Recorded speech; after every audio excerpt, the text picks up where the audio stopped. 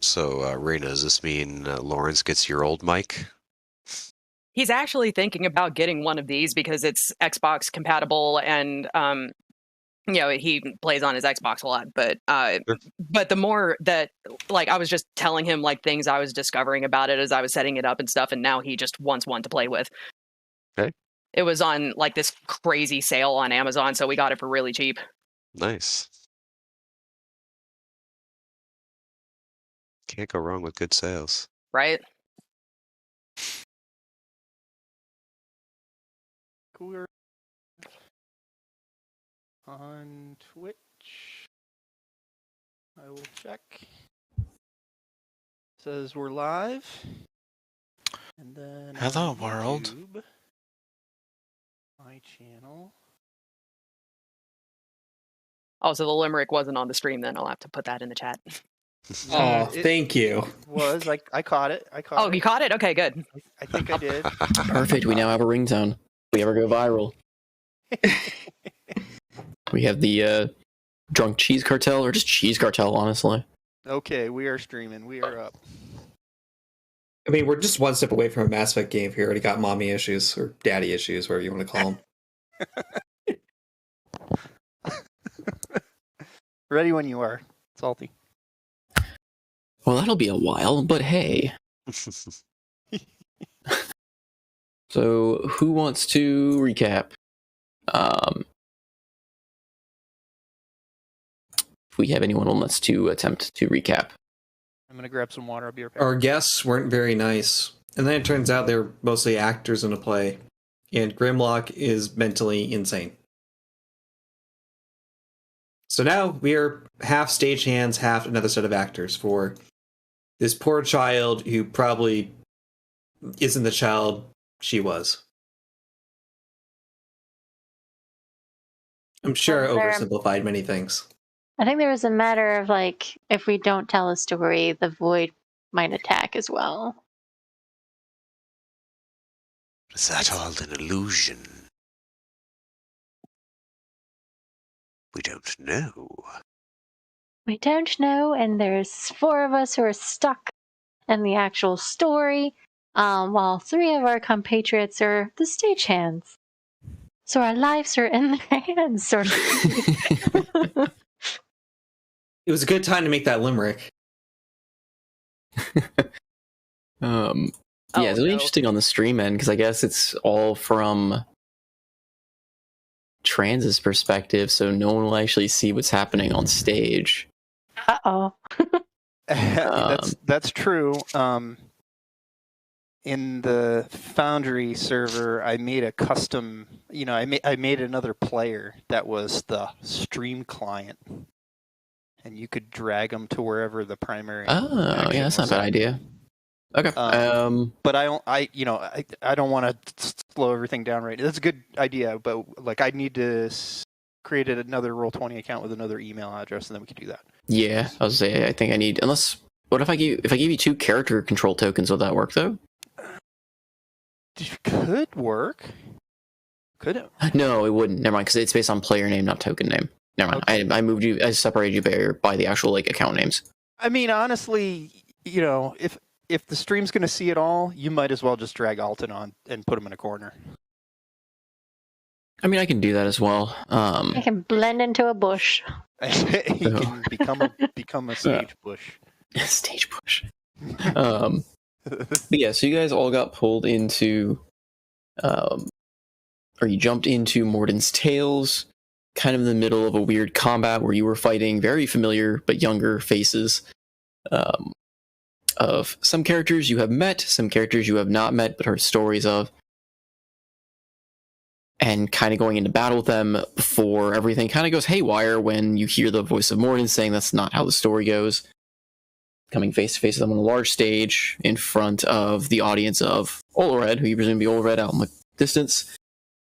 He definitely seems like something's kind of messing with him, or not right state of mind, or something seems up, as he drastically forces you into another scene.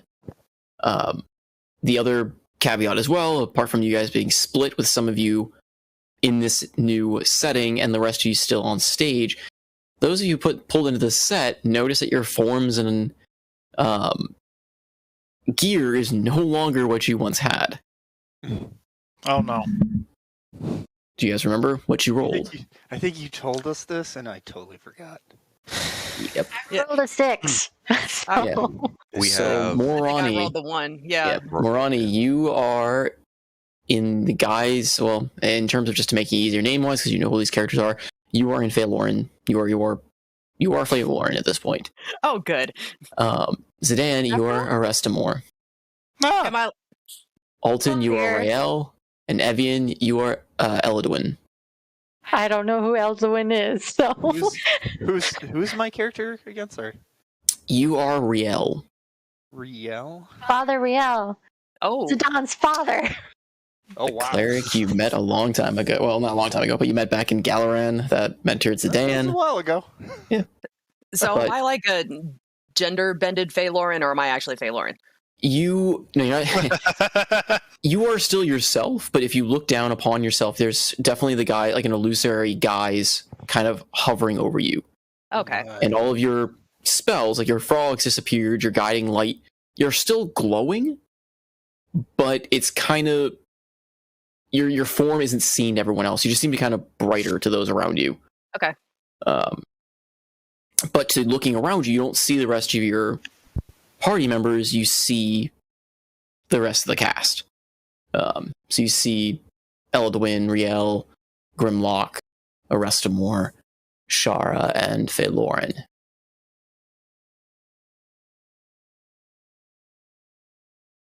So that was the other big kicker for that.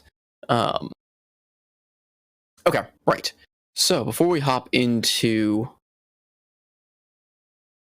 that portion, Mordadin, Grimlock kind of showed you Thamor, Andaros, and Absinthoss, where a bunch of levers and pulleys and buttons seem to be around the back of the stage to induce different effects per however he tells the story, saying that they are kind of critical, potentially, to helping your friends out in the show.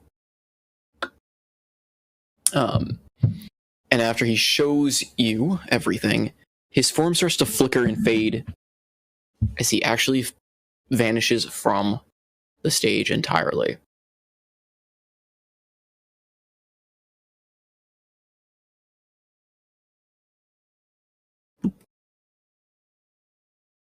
And you hear his voice kind of start booming from around the auditorium.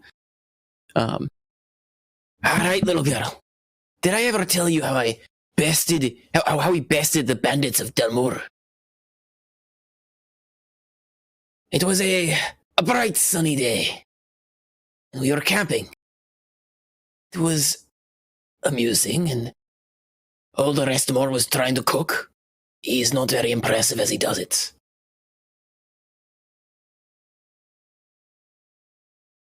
Right, that's our cue. Let's go. I look around for something to cook, I guess. Yep. Look, So, for those on the stage, for those in this foresty area, around you are, like, as you hear this voice, because you hear Morden's voice as well, echoing around you, very similar to how you first got into the book. As he's saying all this, the world around you comes to life. Trees start popping up around you to fill this forest. The tents pitch themselves, and you see them surrounding you. The campfire roars to life in front of you, but it's dark. That's disconcerting. So what we're going to do to make this play out a bit is we're going to go ahead and do this in turn order. So I'm going to go ahead and ask you guys to roll initiatives. We're just going to use your standard, your character's rolls for it. interesting. I'd probably actually pull up my character sheet. That would usually help. Yes! Yes! There you go. All right. How? We are starting strong. First roll of the night Wow. is a nat one. We You're are welcome. You We know, are That's starting fine. It's all uphill. so from here. strong. it's not necessarily a bad thing for the nuker to go last once everyone's been put on the stage. But, well, actually, shit, this is Someday. a split encounter. Someday I will get a good initiative roll. Today is not that day. Today is not that day. Zidane, what is your dexterity Oops. modifier? I need to delete the second one. The 12. Mine is also 12. Shit. Well, you're not wearing heavy. You're not wearing heavy armor. So I am not. Shit. Grimlock rolled a nat 20. Oh, God. Oh. So That's a good thing. That's a good thing for you guys. Sure. Technically, Zidane, you aren't wearing any armor as your sorcerer person. That's true. wait, what? Zidane, you are a Restamore. Very heavy glare from every. Oh, that's not good. Or let's say, what's air? There it goes. I think you're muted, love. Am I Arendelle? Is that what it is? You are Elodwin. Elduin. Yeah. He is he's a male elf. He's the one you saw in the crypt earlier, casting some spells as well. The name has been said to you guys before, for those that remember. Don't remember at all. Was he the one in Spirit the? within the crown. What? Was it the one with the Oh! green robes? It's Barnacle's friend. Barnacle's friend. In terms of the token from earlier, if that's what you're Yeah, I wasn't. referring to, he's the one that kind of had. I'll just drag him onto the thing. It's this guy. Yeah. Yeah, the green robes. Yeah. I'm an old balding man. But yeah, I'm He's- happy. He's not that old. He's an older elf, but he's definitely not that old. Balding. Bald is beautiful, as evidenced by, Kane himself. Oh shit! And you see Alton Slash reach up to his head. Oh, I still got hair. Okay, good. So we'll do this in turn order. Because we'll start off and see how this plays. Like I said, it's still kind of a temperamental way I've got this built out, but we'll see how this goes. But as Grimlock's voice says that, you see Grimlock's character next to you guys, emerging from one of the tents nearby, stretching, kind of scratching his back. All right, time to move out. But first, what do we got to eat? And he starts heading towards the campfire.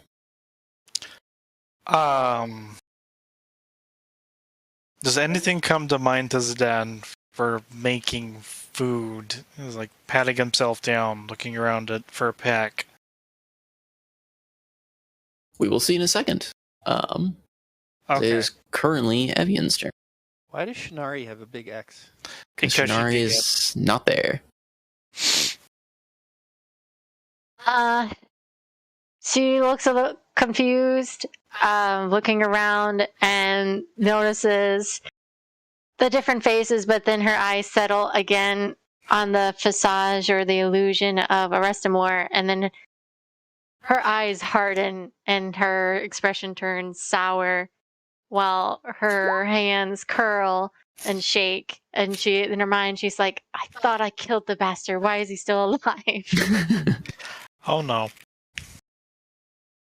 But she grits her teeth and kind of glances once more at everybody and trying to see if she can spot out the rest of her crew, but she doesn't see them, and she'll glance down at her hands and realizes it's not her own.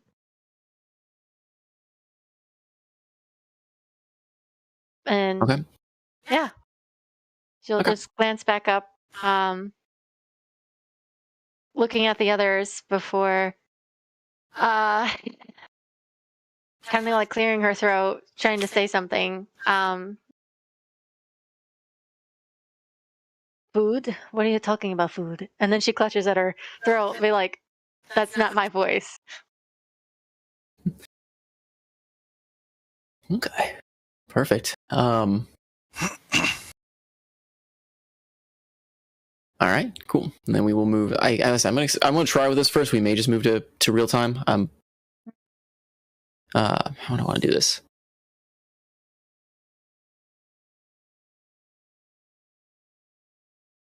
Yeah, we'll stick for this for right now. Zidane. Yes. Okay. Go ahead and roll me a performance check. Oh. That's a charisma-based one, so that's not as bad. Dip-a-dip-a-dip. Oh. As you try fumbling around, trying to play to the story as you heard it, your hands just falter. You're dropping the pot that's sitting on top on the campfire just kind of falls out of your grasp and things kind of spill. But to your surprise, Morden Grimlock just kind of laughs as he sits down in front of the campfire, and you hear the voice of him echoing around you again. He really never could cook. I gotta give him credit over he's trying.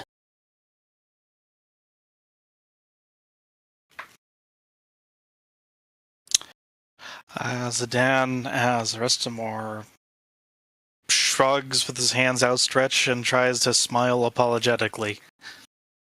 Cue the laugh track. All the characters that are on stage are going like last. Morane. Seeing that Frey is no longer with me, I just kind of look around in kind of a panic, and like just in my head, I say, "Frey, are you still here?" In a sense, I am bound back to your form. Just hang tight. I'll try to get out of this, and I'll get you back. And then I just kind of look down at my form, see the tattoos covering my arms, and realize that something isn't right. And at that point, I just look up at the form of Grimlock and just shoot daggers at him. And then I just find a crate or a rock or something to sit on. I just sit down and cross my arms and just continue just giving him a glare. He kind of glares at you back a little bit, and you hear the voice echoing on you. If Lauren wasn't a morning bird elf, he liked his night revelries. So me waking him up in the morning, it didn't bear well. But we had a mission. A very important mission.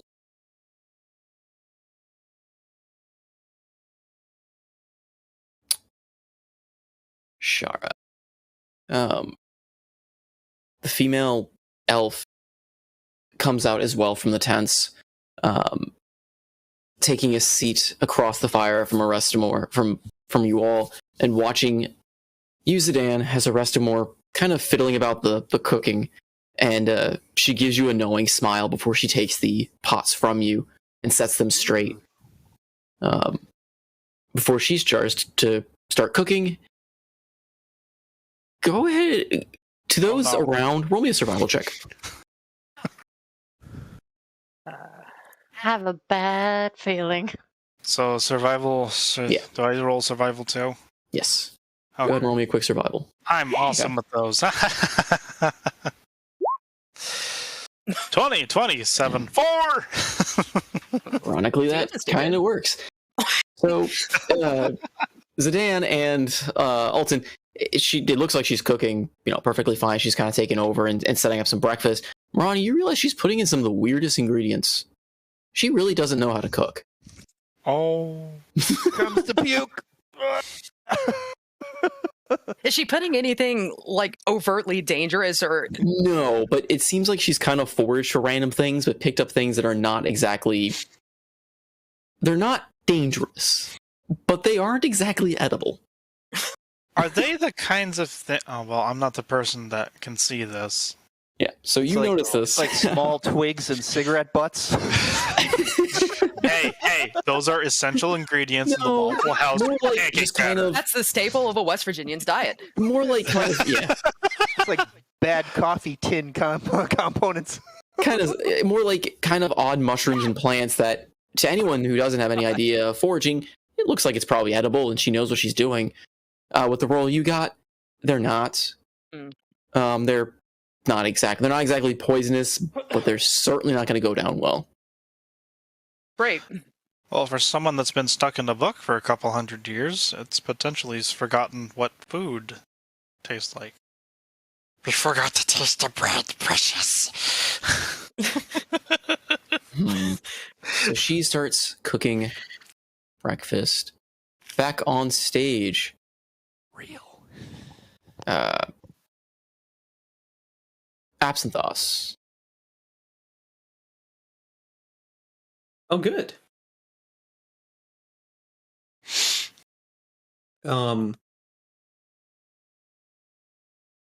I wasn't giving any instructions, was I? You only heard what the voices told you so far about the scene.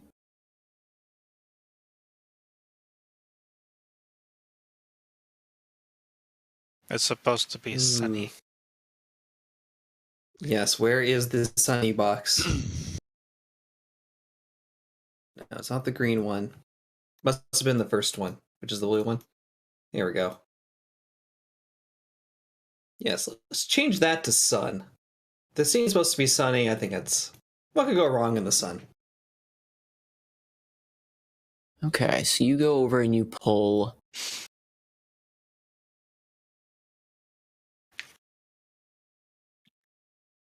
I don't know. Pull the sun. Does that even make any sense? Raise the sun. Yeah, it was a lever. So it was a lever that had sun, moon, fog, rain, ice, and heat. Okay, so you just pull the lever that says sun? Yeah. Okay. As you pull it, Sunny. it makes a creaking noise as you pull it, as though it's been pulled many times before, and you hear a bunch of cogs running running behind the walls where you pulled it. And you hear you hear the creaking and groaning of like cogs running above you in the rafters. For those on stage, the darkness that kind of enveloped you in the morning slowly starts to turn into a beautiful sunrise around you. As more and more of the forest is lit and illuminated.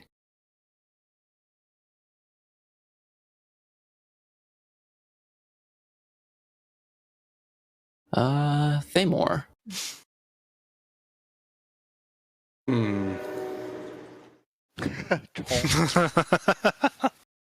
what you And hear. a train ran through the forest. He speaks with the force. No, that comes out of his helmet. It's a faint train noise. So what needs to be done? The sun is up. That's all I remember. It's almost like no one else in this party takes notes. No. My intellect is 10, and I'm keeping it that way. I know what I need to do. I just rolled super shitty on initiative. It is morning. You could make it hotter. Now, where would the switch be for that? There's one with that says heat next to me. There's also a switch in the middle for Forest of Duloc. We're already in the forest. Did you say Duloc? Welcome to Duloc. Duloc. Oh, God. It is called Duloc. Pull random levers, dude. Come on. You know you. Bear with Al, do it. I guess I'll pull the heat one a little bit. Ugh. And that's in the blue room.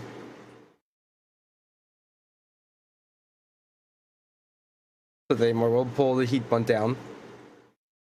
Okay. So you kind of pull on Hopefully the this is heat like one. volcano heat. Guys, there's a We all rough and burst lag. into No. flames. Okay. Yeah, so you pull it again. It kind of creaks as you pull on the lever, and you hear the sound of cogs running, and you hear something opening in the rafters above you, perhaps. Or maybe it was closing. You're not quite sure. Oh. For those on stage, as the sun begins to rise, the evening chills and cold seem to fade away. and your fatigue melts away as the sun brings a welcome respite to whatever challenges you seem to have faced the night before. More than, you hear Grimlock's voice. There it was. Beautiful sunrise. But it couldn't last. But we were ambushed right there. We never even got to eat breakfast. I suppose it could wait. Adventure is always calling.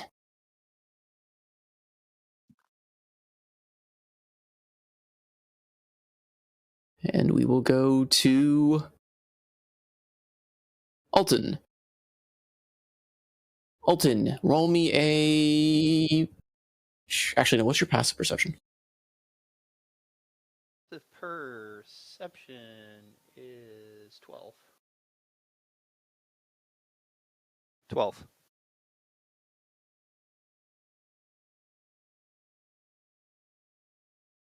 Okay. You hear rustling coming from the forest around you that seems a little off from the gentle breeze, coming from, at least from what you can hear, in two directions.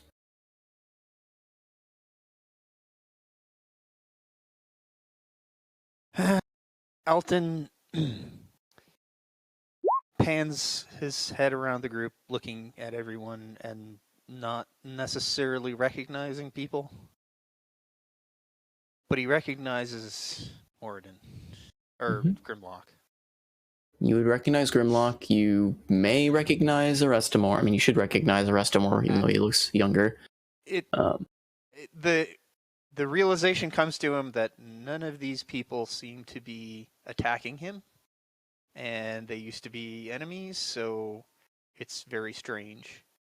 But he remembers where we just were and strides directly up to Grimlock and says, I know this is...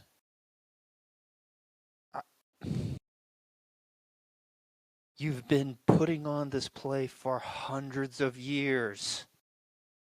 Stop this. Stop it now.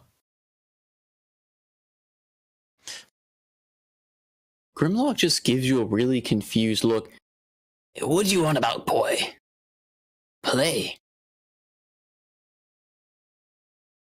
What do I have for weapons? Oh no. Oh no. You look down and you are holding a large halberd, or well, strapped to your back is a large halberd. Do I have a smaller stabbing weapon? You have a small knife tucked in your boot, like a combat knife or dagger, I guess. I would like to draw that knife, and I want to do circle around behind and grab him and put it to his throat. Oh god. So I don't know whether that's a grapple or a attack.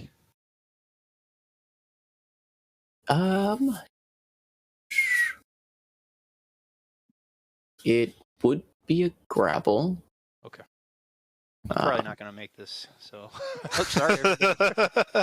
Go ahead and roll against his athletics. Oh my. Well, Wow. That's thematic. not getting this one. I, Sorry, guys. Doink. Yeah. I rolled it open. Grimlock is rolling it. I mean, I have a better proficiency than that, but you rolled a nat.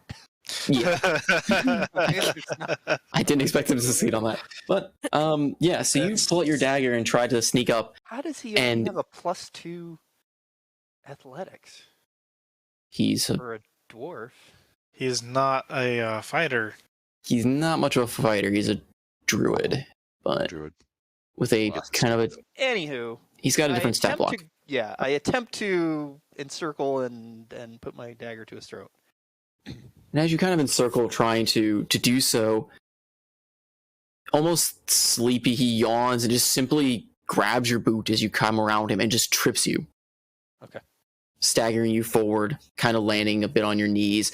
He goes, boy, it's not time for a sparring session right now. Just get ready to eat. We've got a busy day ahead of us. Okay, so everybody, be warned. I'm gonna yell. So Alton will fall to his knees like that, and just is super frustrated, and yells up at the sky. He's like, "Stop this!" That's his turn. Okay.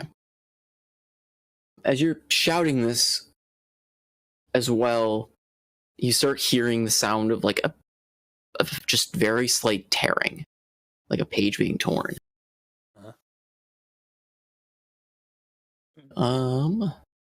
Question: do we on the stage see Grimlock that he's gone, or is it that unknown? You don't see it. Those on the stage when he pulled the lever and the show had kind of started, he faded away, Okay. and you hear his voice echoing around you. There is no curtain to pull back to find Oz. No, Not yet, just at give me least. another opportunity, though. Andros, you unfortunately just kind of lost in thought, trying to hold on to Grimlock as he fades away, stumbling around a bit. Definitely had a bit of a rough start. He actually crosses his arms and leans up against the side. I fucking hate being a stagehand.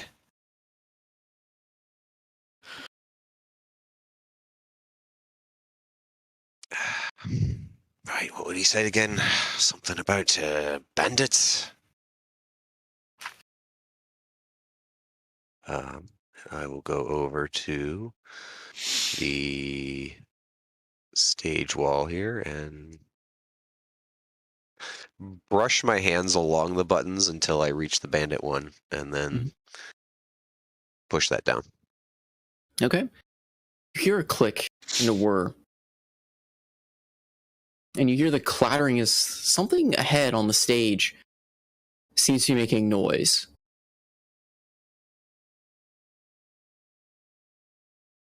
For those on stage, go ahead and roll me perception checks.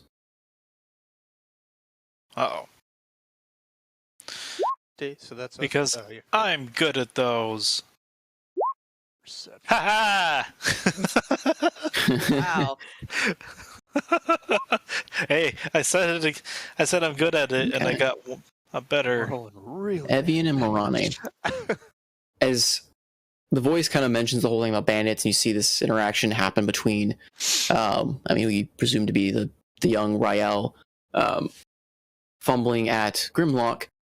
At the corner of your eye, you swear you could see this shadowy thing lurking amidst the trees with a glowing blue eye before they seem to fade, and instead you hear the shouts and cries of bandits. Onto banditry. We got you surrounded!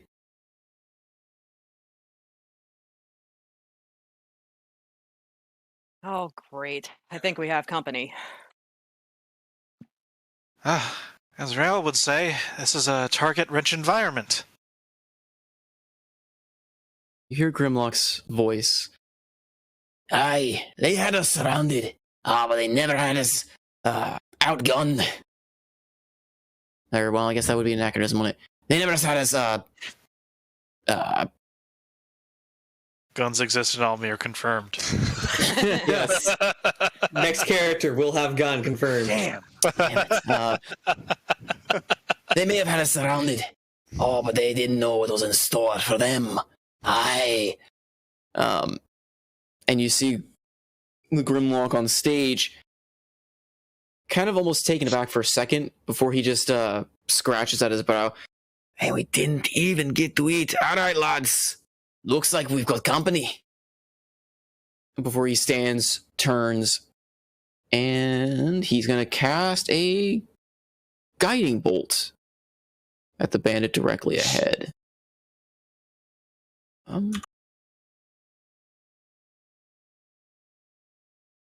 I remember exactly, it's a range attack roll, yes? Yes. Okay. As he fires off his guiding bolt, it looks like he almost fires off a sliver of stone that seems to glow with a yellowish light along its edges as it slams straight into the bandit's shoulder. Ah, it's phosphorus. Right. Evian.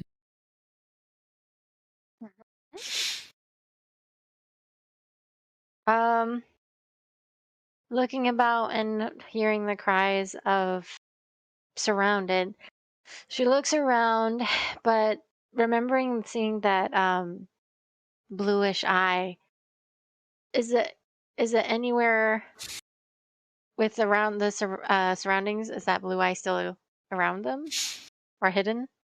You cannot see, or you don't see it. Okay. Okay, so kind of like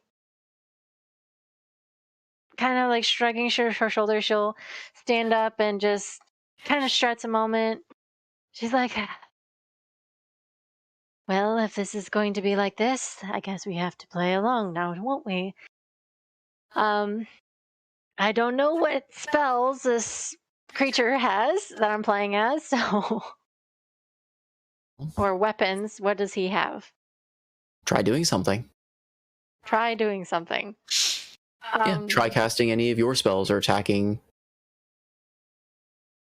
Basically, if you want to, give me a performance check. Okay, let's go with performance, I guess. Wow.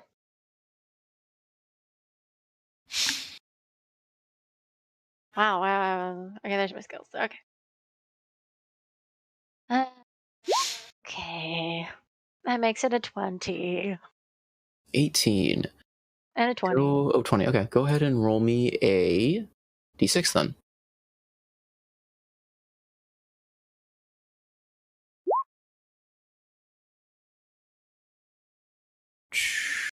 Wait, there's only 5 of them and 6 of us. Uh-oh.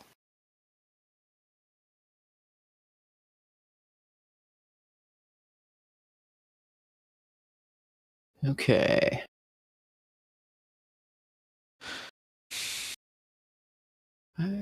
As you reach out your hand, and so you're trying to look in, figure out what you can do. You look down at your hands, look down at this large spell book you have, you pick it up and trying to flitter through it, and as you just reach out your hand, maybe trying to mimic the motions, a bolt of ice extends from your fingertips, lancing out at this humanoid in front of you. And you roll me a ranged spell attack roll using your modifiers. So it would be a ranged attack roll with a. Actually, go ahead and just roll just roll me a d20 with a +5. We'll just do it that way instead. We'll use the character stat that I have for his ranged attack. Well. Okay. With the blast coming kind of unexpectedly from your fingers, not really having cast anything like this before, your shot just goes wide, striking the tree above him and freezing several of the branches and leaves in place as this bandit stares at you with a bit of surprise.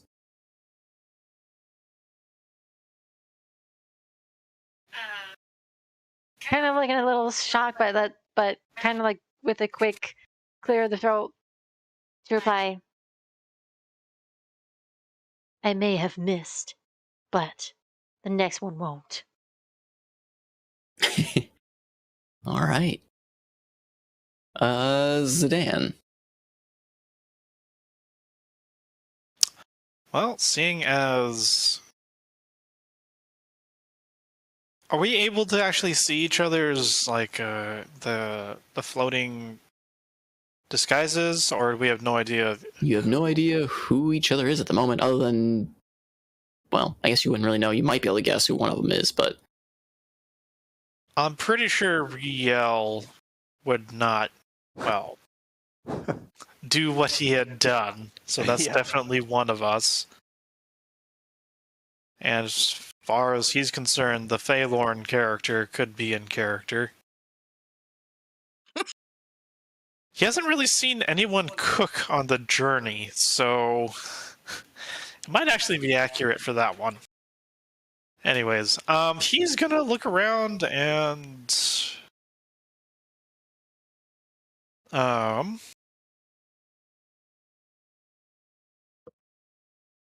man.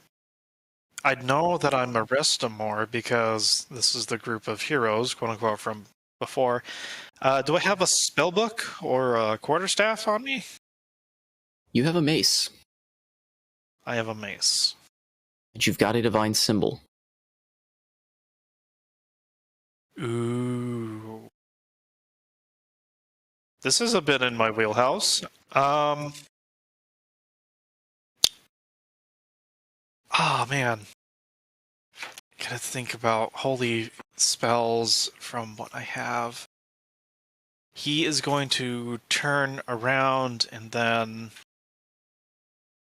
looking at the guy down here. Mhm. Zidane's gonna do his best to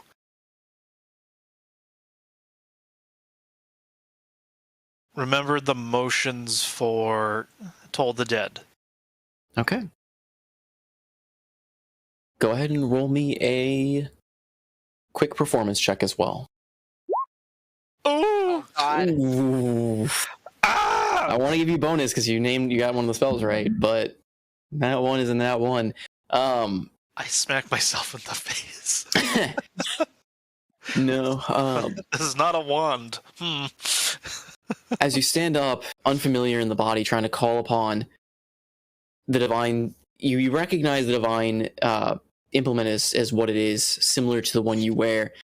You try calling out to it in the same way you would call upon your paladin one, but the oaths, beliefs, just that feel to how you're calling upon the deity is much different. And as you reach out your hand to try and cast Toll the Dead, you feel the magic surge and then fizzle at your fingertips.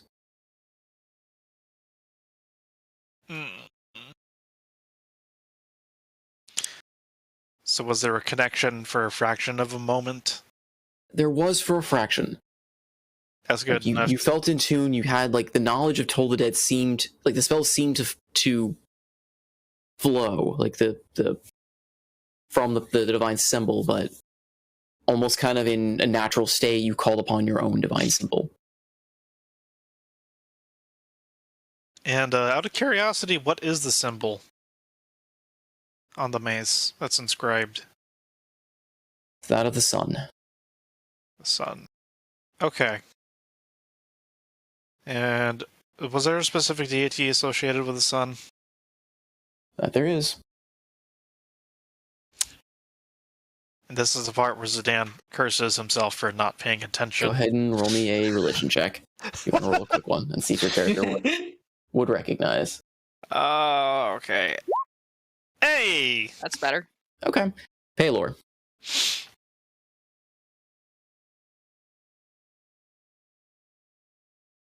It's a symbol of Paylor.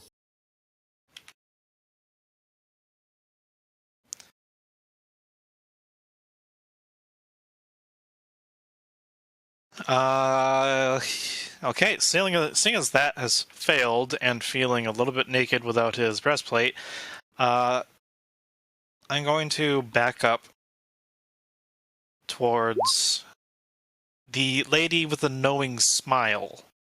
She can probably protect me. Yeah.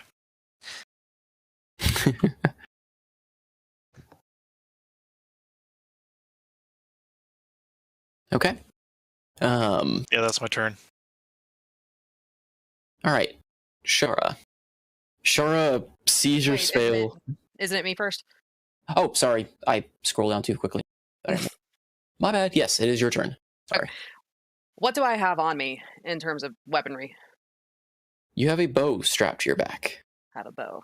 Okay.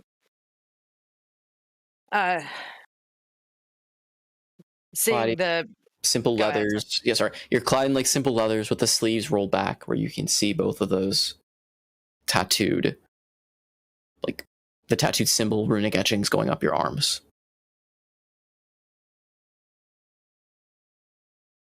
Am I able to get any sense of like whether these runes on me are like magical in nature, or Not, I mean, you don't feel anything from them, I guess. Mostly because it's technically an illusion. Mm. So you don't really feel the magic, but you do know they look fairly magical. okay. Okay, seeing the bandits approach, I'm just gonna roll my eyes and then stand up and grab the bow off of my back and just mutter to myself, I am not fucking dying like this. And I just knock an arrow back Okay. and let it fly loose. I guess I'll hit this guy. Roll me a performance check. Okay.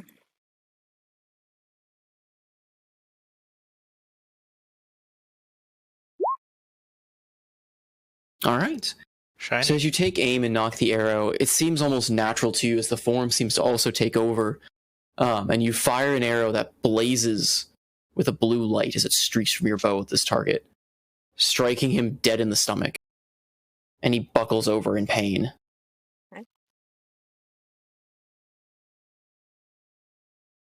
And I just kind of lower the bow and then look up at the sky and just shout, Grimlock, this is bullshit.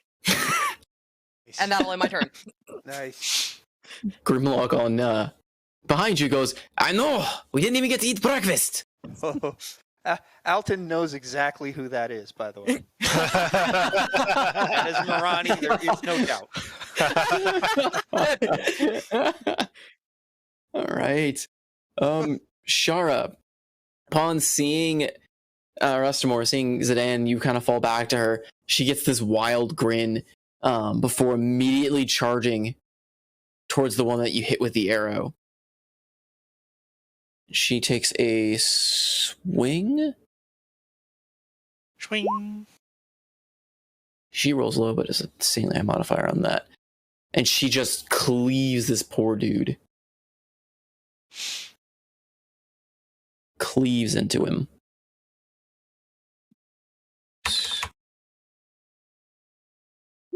Yeah. As that bandit buckles over from a slash across his chest.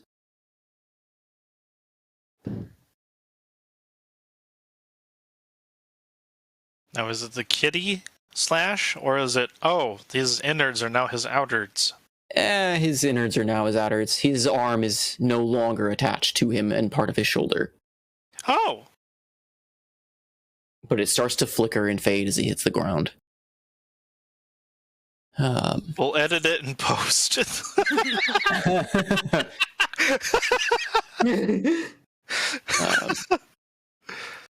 You hear the voice of Grimlock. Aye, they didn't stand much of a chance. The casters were having a rough morning getting started, I guess. Too much time with their books. But us warriors were ready to go. Lawrence shot one with an arrow. Shara cleaved him in twain. And I myself got a good shot off on one of them. And then they came at us. Aye, but we weren't ready for the backup they brought. Monstrous beasts they had. Jesus. As this one charges forward to swing at Grimlock.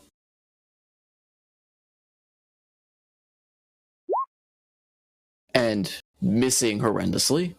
Wow, that's so bad. Jeez. Wow. Grimlock is just fucking nailing. I mean, it's I guess thematically the character of his own story here. Yeah. He charges at Grimlock, and in almost theatrical flair, Grimlock just steps aside, slamming the his elbow like into the end of the dude's arm as it comes down, disarming him and then just shoving him back. This one charges forward to take a swing at you, Evian. Incredibly weak, but it's good. Does that hit your AC? Nope. Okay. He swings and you simply just kind of stand aside as he very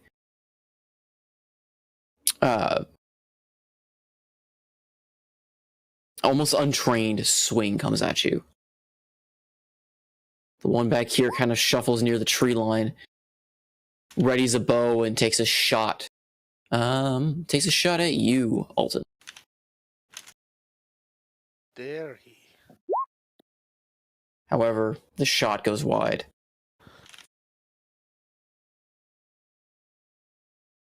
And this one charges forward, trying to close the gap at the bow user and take a swing wildly with a very dented, broken-looking sword. But it seems to be of no avail. Back on stage.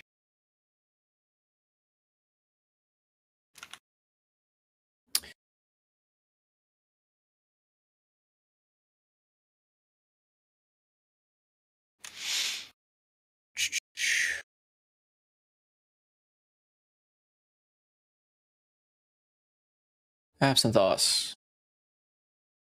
I'm going to quickly. Here, I'm going to go close to Andros and ask if I should make contact with the girl in the front. Oh, You know, girl.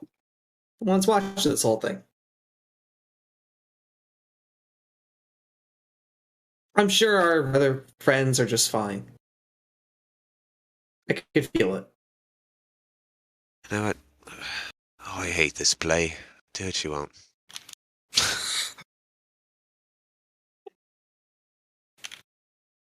All right. Completely switching gears and just make sure Salty gets a little off kilter. I would like to cast Disguise Self as Grimlock, and then as Grimlock, ask the one audience member to come a little bit closer.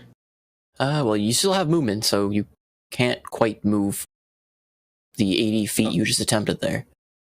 Oof. I see. I see. It's one of those things. There's a reason why I'm putting things into turns, because things are happening simultaneously in two locations. I'm very sorry, Stream did not get to see that. Here. Yeah, his token just kind of flew across the map. Across the street. Yeah. In that case, I'm pretty sure that's me sprinting, and I think that's the end of my turn. Okay. Which, now that I think about it, I would need to recalculate. What is the most? Just as a refresher, so I understand it. Mhm. Is this actually going to the front? Yes, but that is not. Or hold on. Yeah, so there is a pathway between these curtains on each side, between the backstage and the front of the stage. Okay. And then there's the actual stage itself, and then there's the very long side portion to come out to the main auditorium behind it.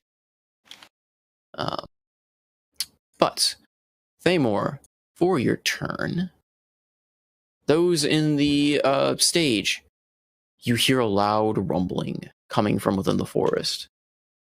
And you see this large, dark, shadowy form forming amongst the trees here. Southern portion. I don't really have a... Hold on, let me see if I can find something for it. Actually, yeah, it'll work. Grab that. How far can we see? You can see everything that's currently on the map. Okay, so there's no obvious, hey, that's a fog wall, or, stupid. Not at the moment, no. Okay, all right. Oh my god. You see something forming. Say more. Holy Yes. Lord, that looks It is your turn. terrifying. Let's see. Fucking What to horrifying. do? What to do? Oh my goodness. Pull the off lever. The off lever. None of us pulled it up in the first place. I guess I am going to. And all the garbage mashers on the detention level. Let's see. 5, 10, 50, 20, 25, 30, 35, 30. I'm gonna go down here and start checking on this area. Okay, you just looking around? Yeah, looking around, see if anything I can spot. Everything seems to be out of place. Roll me a investigation.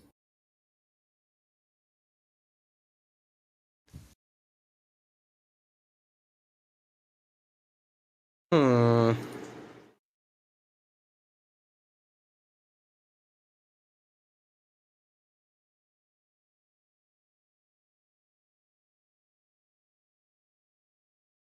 Sorry, just looking bored.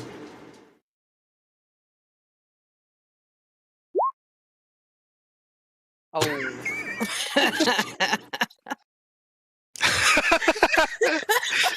That is unfortunate. Pay more You know spots those- for helmets. Any more?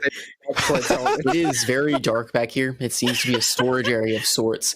And as you're kind of fumbling about, you're just kind of bonking around, helmet turning a little bit. You don't see anything at all.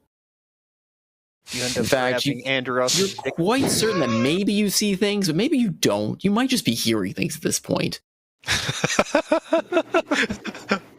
How was his face rearranged again? His eye and his nose have swapped places. But that's all under the helmet, so.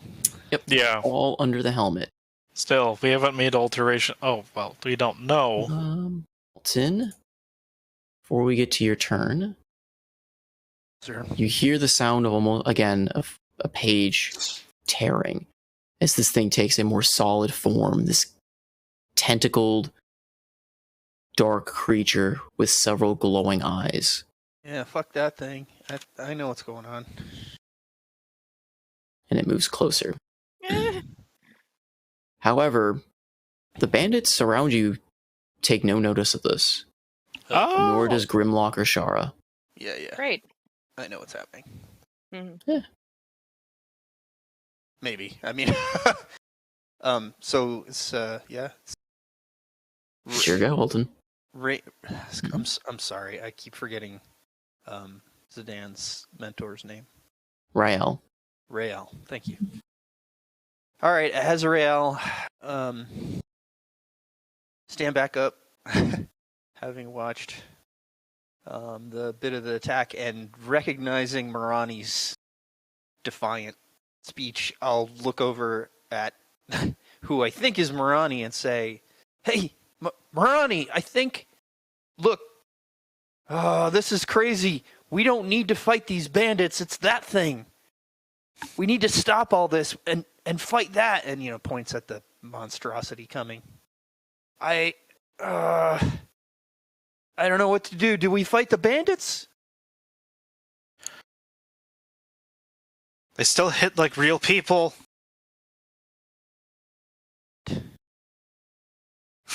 Go aside. All right, and he will. I'm assuming I have at least 30 feet of movement. Yes. Yes. So that'd be 5, 10, 15, Do. 20, 25. I will go here. You just gonna walk through the bandit? Roll 20 did that. I can do it for you. He's a little surprised. He's confused how you just walked through him.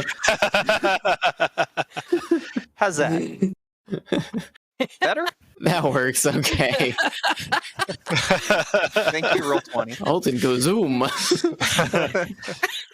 Alton go Not for bird. your physical forms.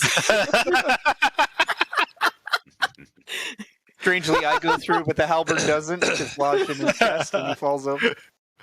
No, it does. It does go through, but then it does that Gmod thing when two things collide and goes, and then leaves them. This is pulling off the most anime of moves is Rael. Rael is secretly a weeb. It's just a Omae Shinderu and just appears right behind the bandit. Okay. So, am I to understand that I have a 10-foot range on my halberd? You do. I would like to attack the big purple and green monster. Sure. As you're doing this, Grimlock in the stage just kind of shouts out, "Boy, what are you doing? Get your head in the fights!" For the Grimlock here with us. Yes. Alton's given up interacting with the characters in the story. Okay. Clearly, they're stronger than he is. He tried to get one, and it just fucking Alton tripped has him. given up. Yeah, he's done. Roll me a. Go ahead and roll me a performance. All right, 20 charisma. It's time to do some freaking work here. Performance. Go Burr. That's what I'm talking about. Hello. Nice. So you reach out and strike at this shadowy form with your halberd, and Hell yeah. you feel. It feels like you're striking a very viscous mist of sorts. You feel your halberd hit something, but there's very little resistance to it. And as you complete your swing through it, it shrieks this unearthly wail. All of you can hear it, but it doesn't seem like Grimlock or the other characters seem to notice. And you hear again the sound of tearing, though it's louder. And you hear the voice of Grimlock as the announcer. No, we were attacked by bandits and their pets. What is going on? Again, yelling up at the sky. Stop that! Long enough. Alton, make me a wisdom saving throw. Oh. Not within 10 feet of me. This is my worst. Well, here goes nothing. Yeah. Oh, God. I paid for that performance roll right away. Oh. So I'm probably out of the fight now. Yeah. Oh. You take 15 necrotic damage. And you are struck with fear of this thing. I wish I had a have to move soundboard. away. On your turn, you will have to use your... Well, actually, no. You use your reaction to move away. As far as you can from it. So you'll be moving 30 feet away from it. Basically back to where you came from. I'm okay, but I'm not too much more of that. Okay. Let's see. So I did a performance roll, and that's I didn't cast a spell, right? So can I cast a bonus action? Try to cast a bonus action spell in this space? Not when you are feared. Like, the fear is taking your reaction. This isn't a reaction. This is still my turn, right? It's not anymore. Like I said, this thing is its reaction was this a thing it just did to you.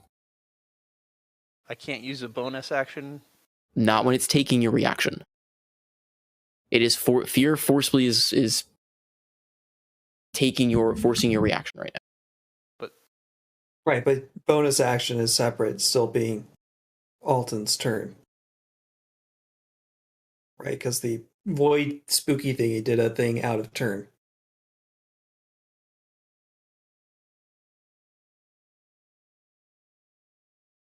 I mean, I believe he still has to move before he can do the bonus action as a result of the frightened effect.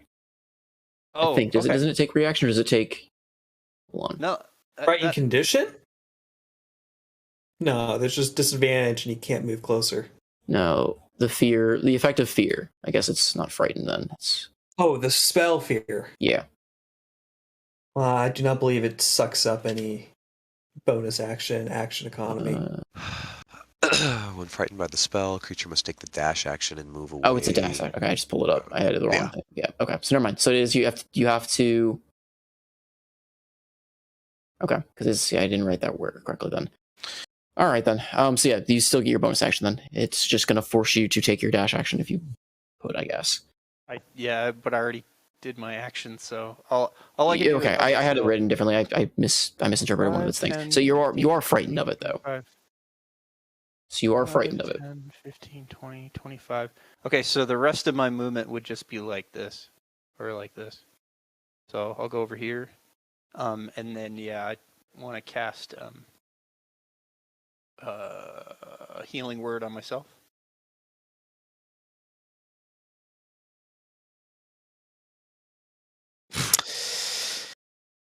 Thanks, Dice. Appreciate you. Wow. I'm not doing well here tonight, kids. Uh, That is my turn. Hold on. Oh.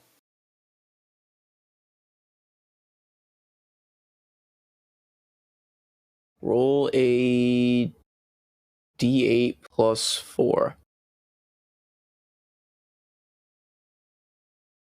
You're playing as Riel and just tried using a healing spell. Okay. You try to cast Healing Word. It comes out as Cure Wounds. Oh, That's better. Woohoo! that's cool. I don't have a does anybody have a spell card for healing word? Or cure wounds? Excuse me. You don't I want. do. I do. I have cure wounds. Hold on. I mean, do you need to? It's a spell card D8 right now? plus It's spell. D8 I plus think, right? spellcasting modifier. DA plus spellcasting modifier. Yeah. But So- touch range only. So he's So do you- touching himself, basically. Do you-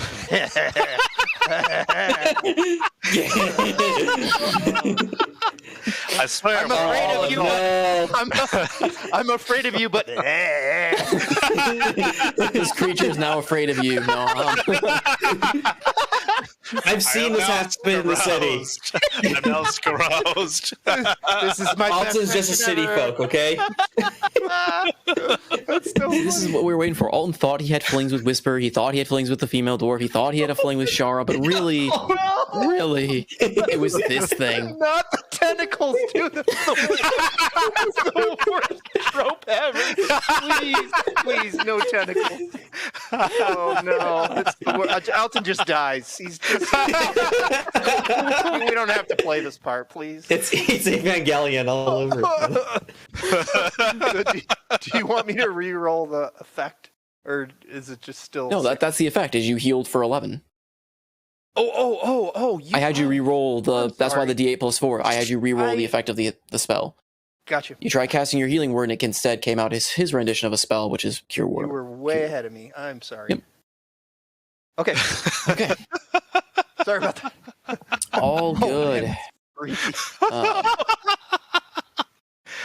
Andros, on stage, the lights are starting to dim around you as you hear the sound of just crumbling, as if the stage itself, this theater itself, seems to be falling apart.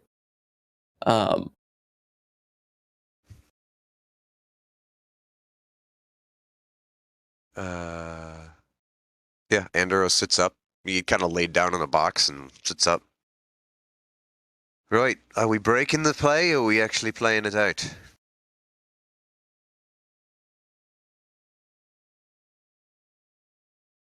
Yoo-hoo, absent sauce. No, I hear. Usually respond when you get talked to. Yes, well, I'm trying to think at the moment. Oh, sorry, I didn't understand talking and thinking were two separate things. Usually you try to think before you talk. I was thinking it would be best if we got to the red. And the other alternative being, well, if you think the woman out front's the source of all this, we could do a little bit, This all falls down on us, we won't get to her. So about, 2 birds, 1 stone, eh? You go get her, I'll have Barnacle do some stuff around here. that works. It's good. I should disguise myself before going out. This might take a bit. Alright, so, Andros will pop open his flask as his bonus action and summon Barnacle next to him. Okay. And you already got him? Yeah, he's right there. Right, we're running a play. Have you ever been a stagehand before? No. Right. Just go pull some stuff, right? Anything? Sure, why not? All right, boss.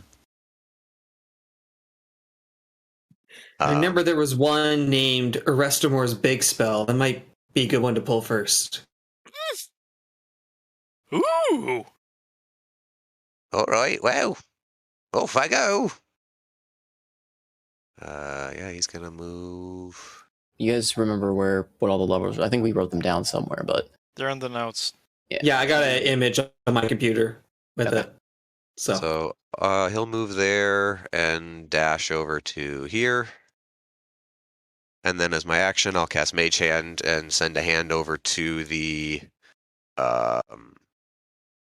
Chimera, the Great Chimera, and you pull that pulley. okay. So you're pulling. So my You're Mage pulling Hand, the Great Chimera one. Mage Hand is going over here for. They said Beastie. We'll pull the Owlbear. Which one are you pulling? The Great Chimera or the Owlbear? Owlbear. Owlbear. Oh my god. And that's the only thing you're pulling right now? Why would you do this? What made you think that this was a good idea?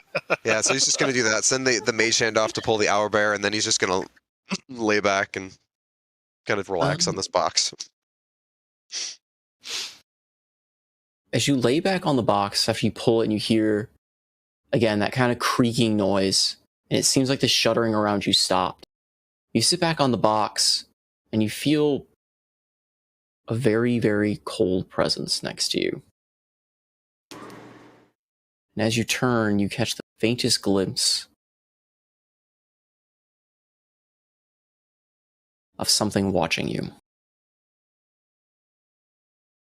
Right. It's in Yes. a humanoid dressed in tattered robes. It looks like it might have been an elf at one point, but his face seems to be gray and mottled. And where once there was some patch of skin is gone, revealing a skull underneath with a gleaming blue eye. It stares at you and walks through the wall to the stage. Yeah. Applesauce? What are you laughing about over there? Yeah, what's gotten into you? Applesauce is here. I think. You know, you talk with demony, undeady things, right? After this, I need to explain to you what the difference between a devil and a demon is. No, I don't talk to I demons. really wouldn't care any less. But a dude that looks something like an elf and mostly bone and a skull just walked through the curtain or the wall here toward the stage. So yeah, go do something with the girl. Quick question. Based off that description, would I have a better idea if that was a demon or a devil or something unknown? You tell me, based on your character's description. That's oh, what are man? Then the Jeez. DM is fooled. You're such a shifty character, Shred. Even the DM has no idea. But anyway, what's going we on. will go ahead and roll back to the top because it is back to Yeah, okay. Grimlock's turn. Definitely a demon. For those on stage, the tearing noises stop.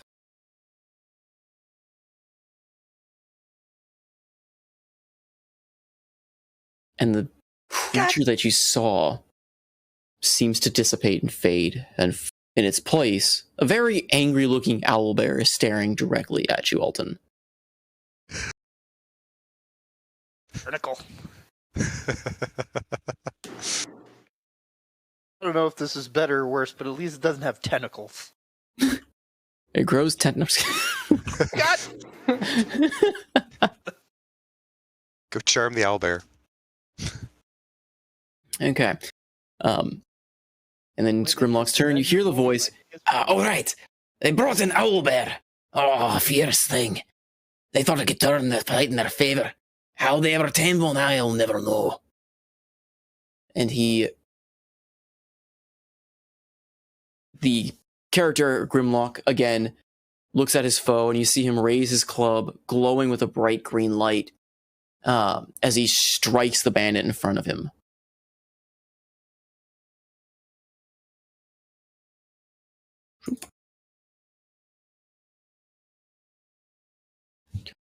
Though he misses. The bandit steps to the side and just barely is able to glance the blow off of his blade.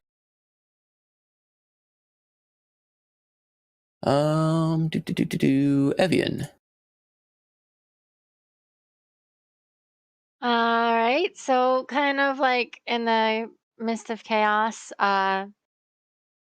she glances over to see that spectral tentacle things that one of the characters have kind of like rushed forward, but then it's somehow changed to an owlbear, which concerns her greatly. And then she shifts back to the bandit in front of her. She's like, okay, enough of this stupid playtime.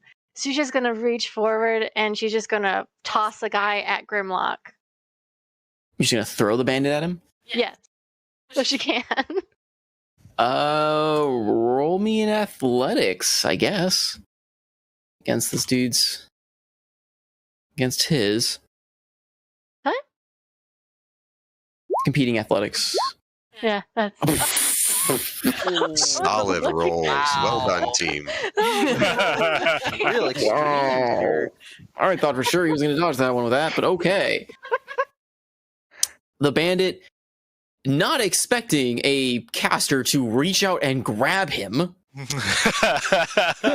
is immediately taken aback, kind of steps backwards, stumbling a little bit, as you just reach out, grab him by the scruff of his beaten down tunic, and you just throw him over at Grimlock, like throw him in his direction, and they crash into each other. Just Grimlock stand. Grimlock. I cast Bigby's corporeal hand. What do you mean corporeal? What? Okay, so Grimlock is able to stay standing, or not completely fall prone, but they do kind of knock each other back. Okay. And they're a bit kind of off steady. And you hear him just go, "What was that for, you big dumb elf?" I'm getting tired of playing your games, Grimlock. Get this out of here now.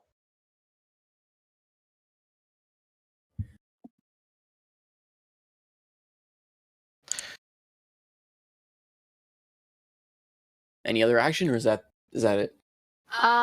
I guess that's technically my action. The only bonus action. I guess I don't know. Because technically I use the bandit to hit Grimlock, so I can't really Fey mark Grimlock through the bandit, so.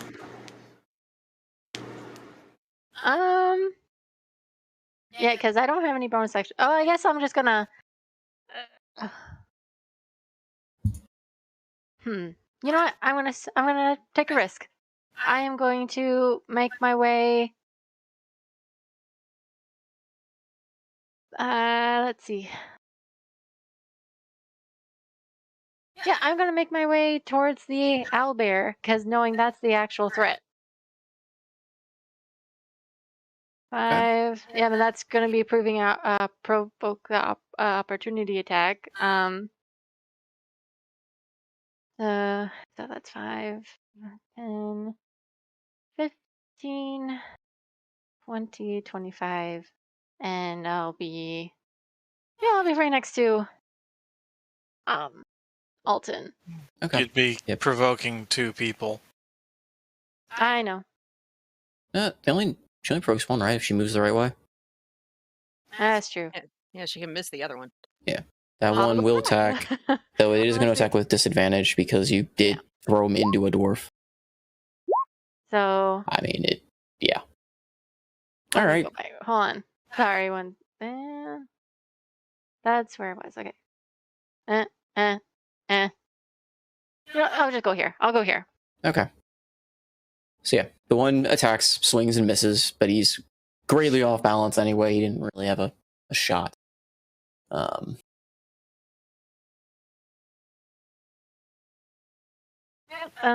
will end my turn. Zidane. So, watching not Riel rush at something and then seeing the ginormous tentacle monster thing, and then subsequently seeing it turn into an owl bear, the only thing in Zidane's mind as he is gripping the mace with the symbol of Palor in his hand, and he starts to point it at the owlbear. He's trying to remember how to cast Flame Strike. Or Okay. Pillar of Flame. It was one of those... Something... Yeah, flame strike's a square, I think, right? Uh, I think it's a radius, but I need to do a performance check either way, correct? 10-foot radius, 40-foot high cylinder. it's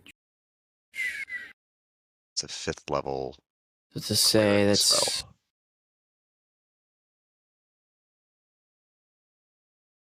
yeah. Go ahead and try and roll your performance. Okay. Dang it.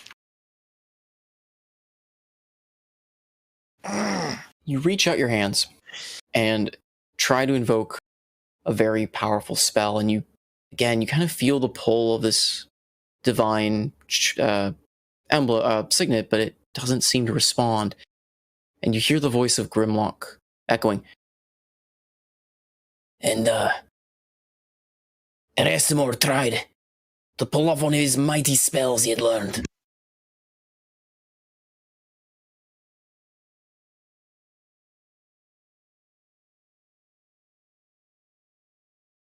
And it failed!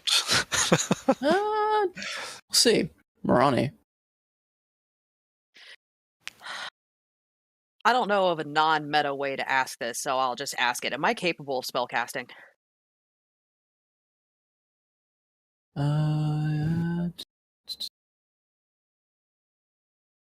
You can try to see what happens if you try to spellcast. Certainly try. You can certainly try to see what happens. I don't know if you didn't really see, but as far as a meta, slightly to break it down, you saw kind of what happened with Rael. Yeah. Okay. Who hopefully knows Alton now that he yelled to you and everything. Yeah. Okay, you know what? All right, I'm going to seeing the creepy, shadowy tentacle monster turn into an owlbear and hearing who I now assume to be Alton's call. I just take a look at the bandit that's in front of me and I just roll my eyes like, I do not have time for this. And then I reach into my quiver and pull out another arrow and kind of grip it like a little bit closer to the arrowhead. And I want to stab him in the face with it. Improvised weapon. Huh.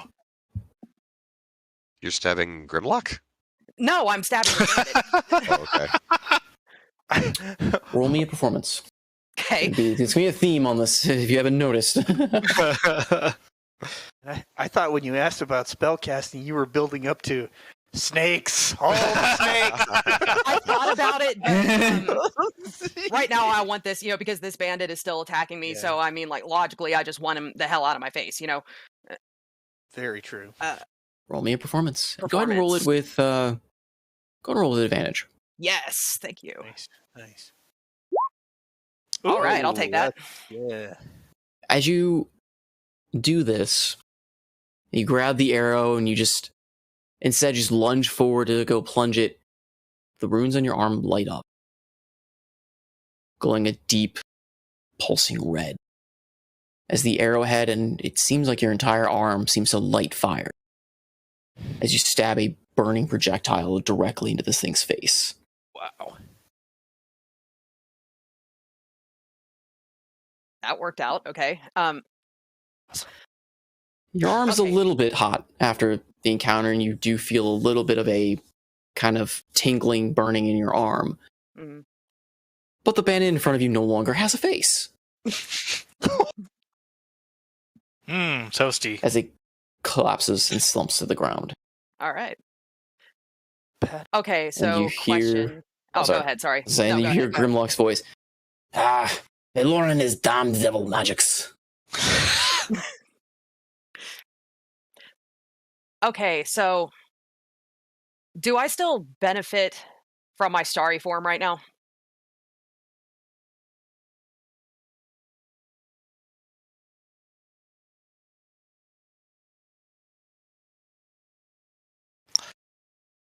Like which effect, I guess. I have Archer up right now. At least I did when I got bamped in here. And that's one that lets you get a bonus attack, basically? Yeah. Go ahead. I'll say you can then, because it'll kind of work with how his character can do anyway. Awesome. Okay, I'm going to aim at the one. I don't know who Evian is at this point, but I'm fairly confident that I know that this is Alton. So I'm going to attack the bandit that's next to Alton. Okay. Uh, Roll me a performance. Performance. Jeez. Wow. Fucking Okay. A. That's what I'm talking about. Plink. After plunging that arrow and incinerating the guy in front of you, you turn, knock another arrow, and a quick fashion fire, and your other arm lights up.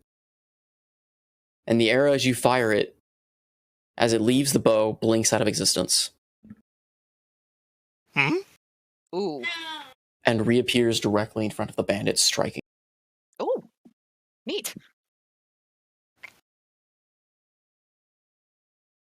Strikes him in the chest, to which he grasps at it and he just lets out a very surprised, like alarmed cry.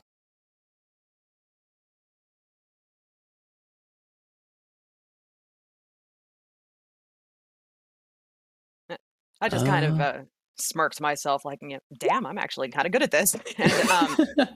And I've still got movement left, right? I'm just gonna move up here next to Alton and look at him and just give him a quick little wink and turn my attention to the owlbear. He looks over at you and he's like, trying to put on a brave face, but he's fucking terrified. Hey, wait a second. Do you happen to be a wood elf? It's an owlbear in front of you there. Elton soils right. himself. Go find a river to wash it off in, and go sleep randomly in the woods somewhere in the outskirts of town. And quarrel about 2 copper. Yeah. It's coming. Get ready. Shara is going to move forward and take a swing at the bandit.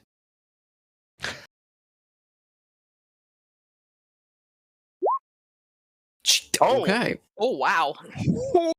Oh my. She's making up for going down Yeah, first. watching Seriously, you, Lauren and Shara, MVPs. yeah, watching Faye Lauren kind of go, crazy with his abilities. She gets a very competitive glare as she stares at you, and you see her just brandish her greatsword, kind of drop it to the ground, take a pose, and she just rushes forward, and in one fell sweep, just beheads the bandit ahead. Very anime. Very anime, but very. Nice. And as she does so, bringing him down to the ground, immediately kind of assuming another pose, gives you, stares directly at you, Morani, and just kind of gives you a, very, that showing off grin, look what I just did. I'm just completely unimpressed. Just stone-faced. All right. The remaining bandits are going to try their best to do something. One will strike at Grimlock. He actually hits. Alright, he swings out, takes a glancing shot over at Grimlock, and you see him kind of grab at his shoulder, but mostly, he's not terribly hurt, but he takes the hit and just kind of growls at the bandit. The other one, near you, Alton, who is very confused that you ran by him, struck at nothing initially, and then struck at the owlbear, will turn and strike at you as well, but rolls piss poor as he pulls out a small dagger, tossing aside his crossbow. All right.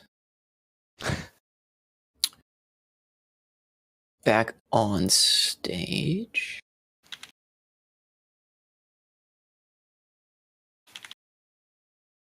Let's see. You are... Ooh, you are over there. Okay.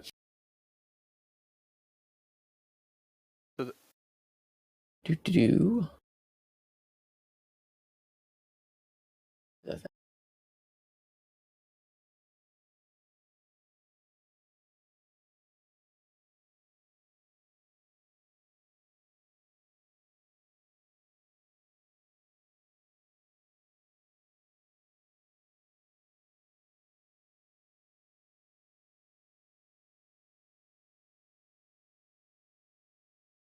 Okay.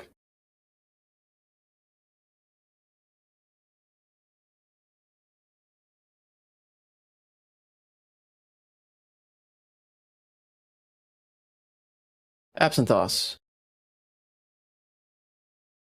Are you there? This plan can't go wrong, yeah. I'm going to cast Disguise Self as Grimlock. Okay. And I am going to move 30 feet towards your old friend, the stage. What was it, Alt? Or was it Control? To move Shift. off the grid. Yeah, well, just so I can make sure I move 30 feet. Just like as if you're dragging your token, just drag and then right click will make points. So you want to measure from where you start. You start dragging, right click. There you go. And then right click, right click. Yeah, that's gonna be on my turn. Hoping to Currently use on fly this- next turn. Currently on the stage, the curtains are closed and seem to be glowing with a blue, shimmering light as colors and patterns seem to dance across it, this main stage. The main one. Okay. Yep, on the main one. On the stage in front of you, as you look about, you see several mannequins just kind of standing idly by. Oh no. Oh, this isn't ominous at all.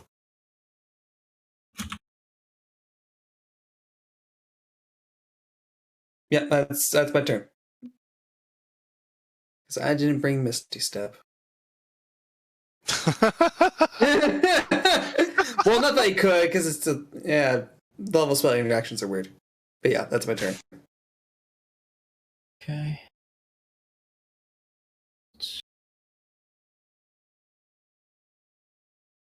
Where did it?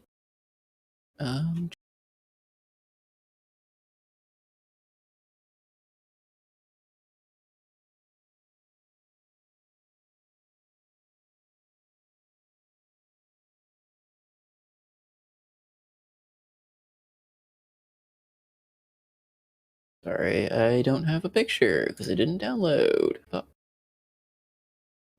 well.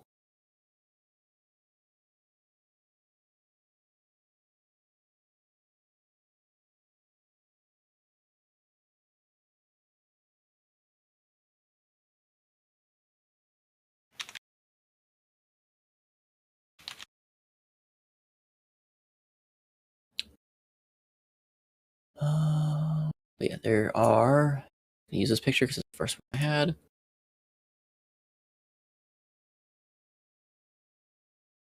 Do. Look.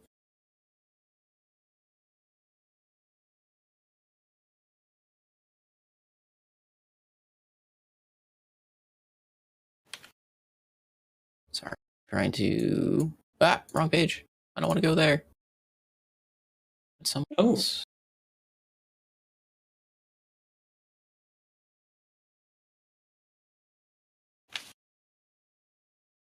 awakens. They appear inanimate currently, correct? Yes. Thaymore. Roll me a perception check. Oh. Oh, good. Passive perception does pick up something, but I'm curious to see if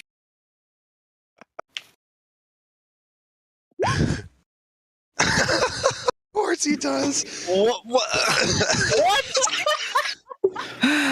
What rolls, everybody? From a nat 1 to a nat Rolls, 20. This is Thaymore. Just Noko things. This is just Noko. Noko, from you bumbling about within the closets, looking through, wardrobe, seeing literally nothing, getting dust in your eyes, you stand back up, scratching at your helmet, and you hear the sound of a lever being pulled in the room behind you.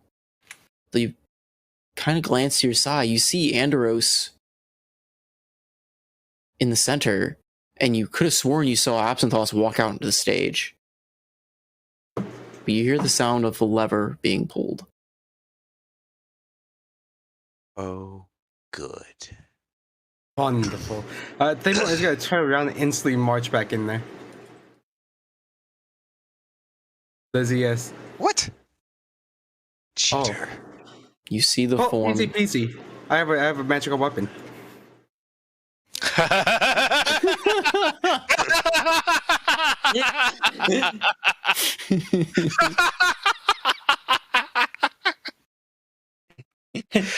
Dangerous news for someone within polearm distance. In which everything spot is actually used in the next encounter. Like as you were saying, Salty? What? No, but I'm sorry. You see him pulling a lever. Yeah. You see this creature pulling a lever. Okay, no. That is not gonna happen. And Thaymore is gonna pull out his halberd and just attack. The halberd returning, there we go. Okay. I believe it does magical damage. It does. Perfect. Fuck. Just Noko things.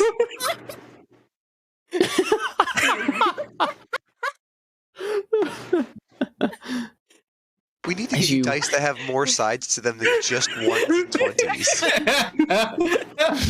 20s. No, you're rolling a coin. Sorry. You know, some of these days, it does feel like that. There are only two numbers. As you throw your halberd at this.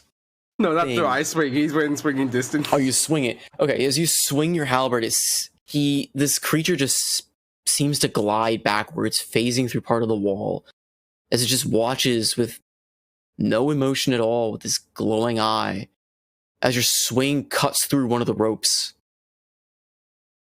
behind the lever. Oh boy. Or like attached to a pulley with a lever. And you hear the sound of gears whirring and cracking and breaking above you. I may have broken something. And this thing fades away. Well, about Fuck, a second I was gonna attack again. I may have broken something. Damn it, my second attack is useless now. Oh, God. For those of you only one on thing to do. stage, Attack the other levers. those of you on stage, I'm not kidding. you're attacking another lever. Yeah, might as well break this place. Roll me an attack roll.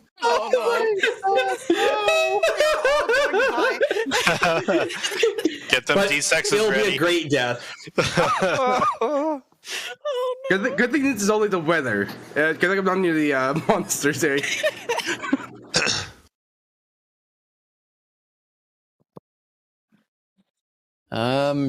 Yeah. You strike at another lever with your halberd, kind of guess in a fit of rage, how dare this thing escape the wrath of Thaymore. And the lever breaks, and you hear the component behind it shatter. Like that lever mechanism side, and as I say, you hear something in the wall kind of falling apart.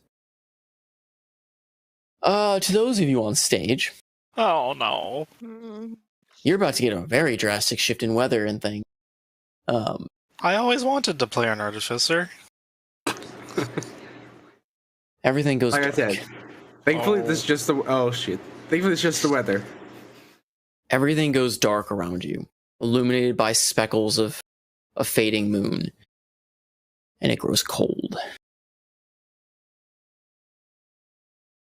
Very, very cold.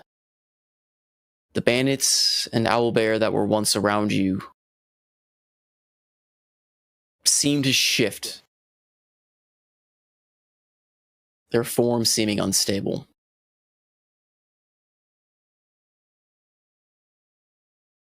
And to those of you on stage or on in theater, as Thamor is breaking all this, the sounds echoing throughout the stage, you hear the sound of stone crumbling,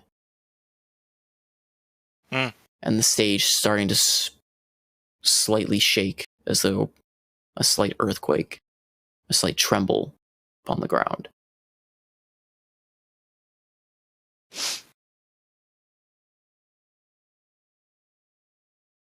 Okay. Well, Alton. Oh, fuck my life here. Oh. You hear the sound again. Sorry to interrupt, but one last piece to this, as it is your turn. You hear the sound of Grimlock as announcing. He's like, it suddenly got dark. Yes, a sorcerer perhaps cast a vicious spell.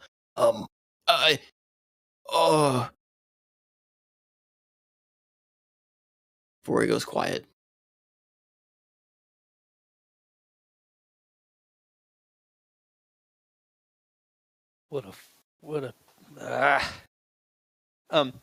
Okay, couple of quick questions. When I cast the spell, do I take it off Alton's slot? Yes. Okay. And then the other thing is the amorphous tentacle hentai monster. I was afraid of that. Am I afraid of the owlbear? You are not afraid of the owlbear. All right. I mean, you could be afraid of the owlbear. I'm not really going to tell Alton whether or not he's afraid of an owlbear, but you are not forcibly afraid of the owlbear. Oh, okay, I'll take it. Where is the hentai monster? I saw it at one point. It turns inside out into an owlbear. This is what. This is the reason why he was afraid of owlbears. He saw what they used to be. It all makes sense now. How could I not know? So Alton is going to. Yeah, Alton's going to make another halberd attack against this owlbear, so he's going to play the role. He's going to play the part. Okay. You are at a disadvantage now with the shift in temperature, and it is dark, very dark. You only really see it by its glowing eyes.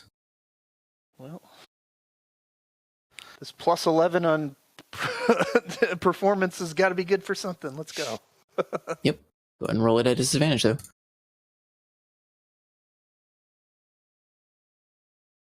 Hey. Okay, that's still very respectable, and it does hit. So you strike at the owlbear with your halberd, even though it's hard to see. It does feel more tangible than striking the thing you struck earlier. And as you strike it, you hear it just howl in pain, but its screech seems to be warbled. Not quite all there.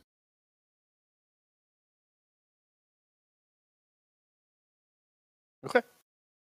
I need to stay where I am so I don't get opportunity attacked. I'm good. Oh, yeah, I'll use another first level slot and try.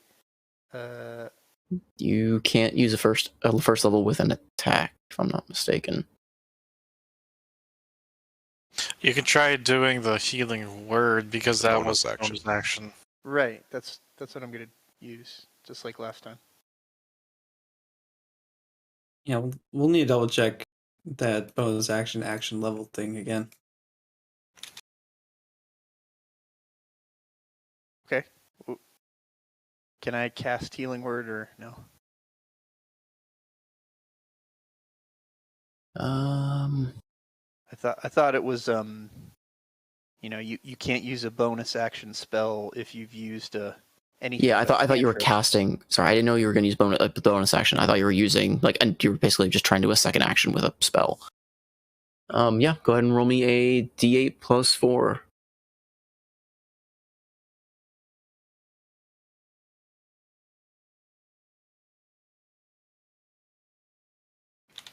All right. Yeah. Here we go again. You heal yourself for 11. Feel better. Fully healed. Okay. All right. The owlbear stumbles forward. Its eyes seem to be kind of wandering, like it's fixed on you, but at the same time, it seems to be looking past you. Oh, it's got the googly eyes. Look out! But it rushes up to you and swings at you. I want to give Alton. Can I still use Cosmic Omen, or Well, you can try. it's a reaction? So can I try? Yeah. Need me to roll something? Go ahead and roll me a performance.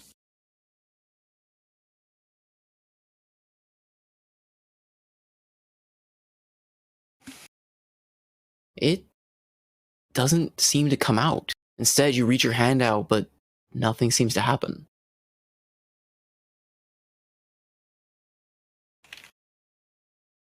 And the owlbear will attack.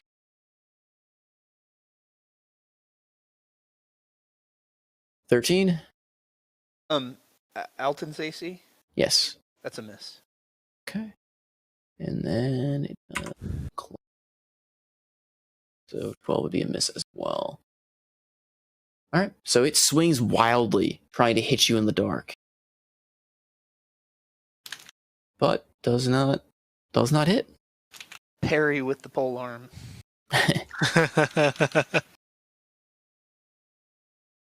Andros. Aye. The theater is shaking. For lack of a better word.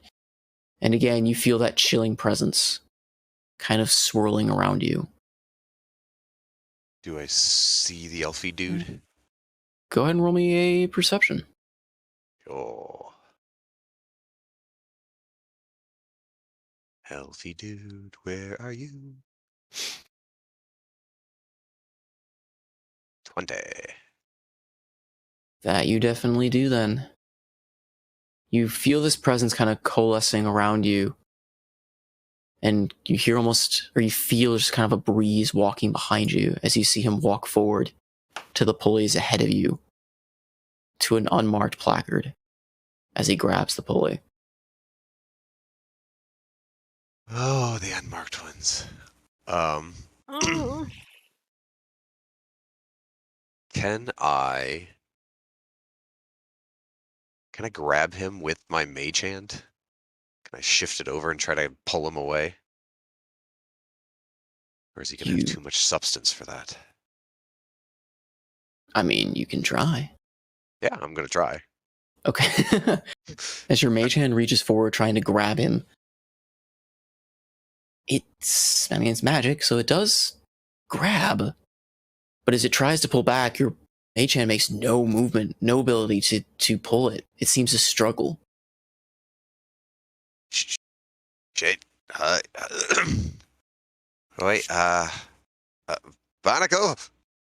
What's up, boss?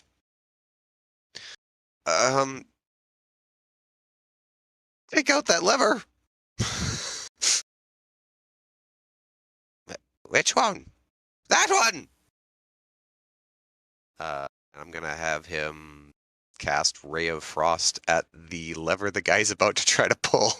It's a pulley, actually. Oh, pulley. So I'm basically trying to freeze it up. Would that be Ray of Frost or Shape Water? I don't think I have any water to shape. So yeah, Ray of Frost. All right, go ahead and roll a range attack roll. All right. You could shape Barnacle onto it. Let's cast that spell. 13. Okay. He throws out his arm and casts this blast of icy magic at the pulley. Are you aiming at the pulley assembly? Is my guess, because casting at the rope doesn't really do anything. Yeah. I'm trying to lock up the assembly. Okay. Like, freeze the assembly so if he pulls on it, nothing happens. All right, so it kind of hits it. It does seem to weaken the pulley a bit. You just struck it with like a blast of damaging magic. This form just looks at this icy magic you've done. It just turns to you with its glaring blue eye, and it's going to roll a strength check. Try and forcefully do it. As a very high strength. With an almost unearthly strength, in one fluid motion, it just yanks its hand down, and you hear the cracking of ice and almost the entire pulley assembly squealing as he pulls down on this. And you hear gears slowly grind the motion behind the wall.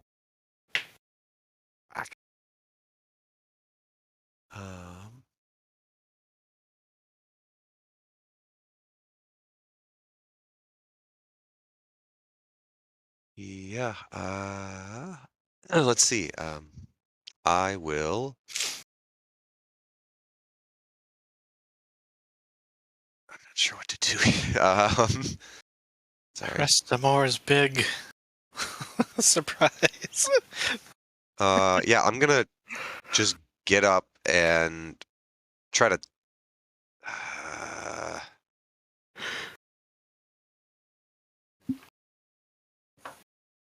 You said he's kind of a misty form. Incorporeal. He seems to be faded. Like when he appears very solid for like the waist up and incorporeal below. But when you grab him with your mage hand, their mage hand grabs something solid, something very firm.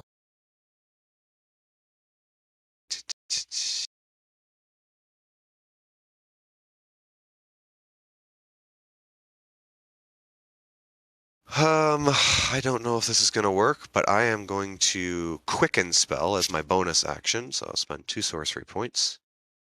And I'm going to cast the 3rd level spell, Wind Wall, in kind of like a circle around him. Ooh.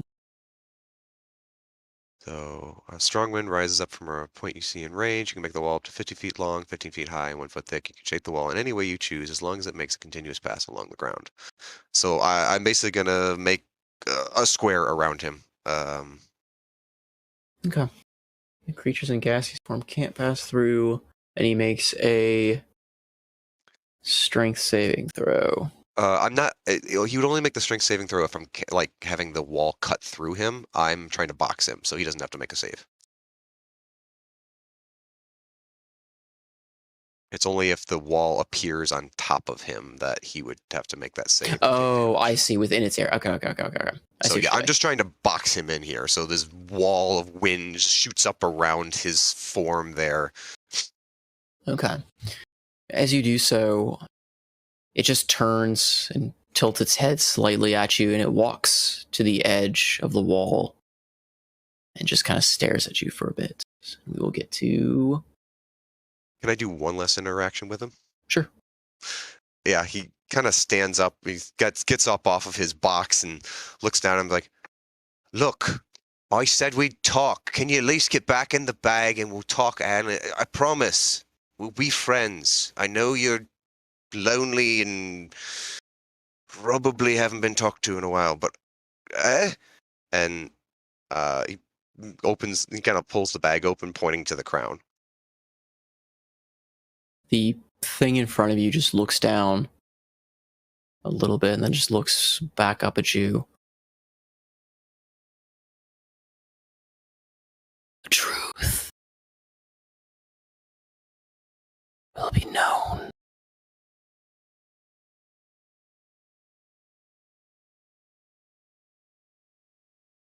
Oh, c- yeah. Truth is good. I like truth. Can we talk about truth now?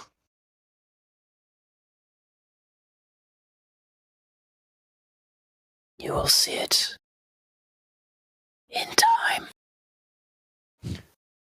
Is a thing where I say a truth and then you say a truth? My truth. I'm not actually very brave.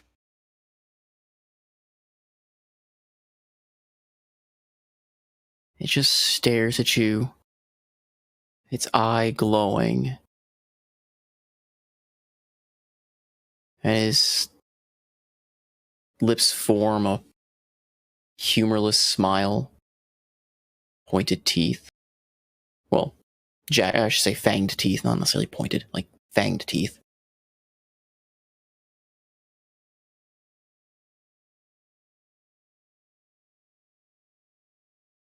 You always wanted the show to go on. And he drops through the floor. Okay, that'll be my turn. Okay. And as the pulley is running in the background, you hear more than a Grimlock. What? No. What? I didn't. Who pulled that? How did? No. Plus, and you just hear him rambling, going on a rant. Pretty much incoherent.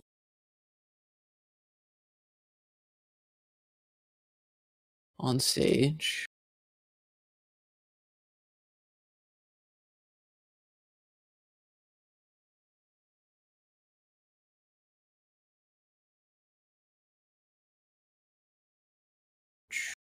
Please.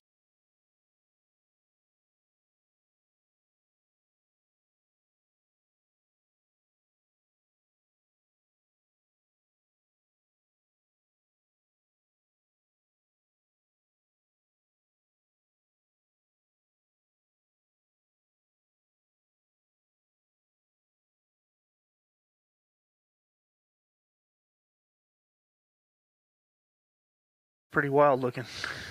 Oh, hello. Oh, wow.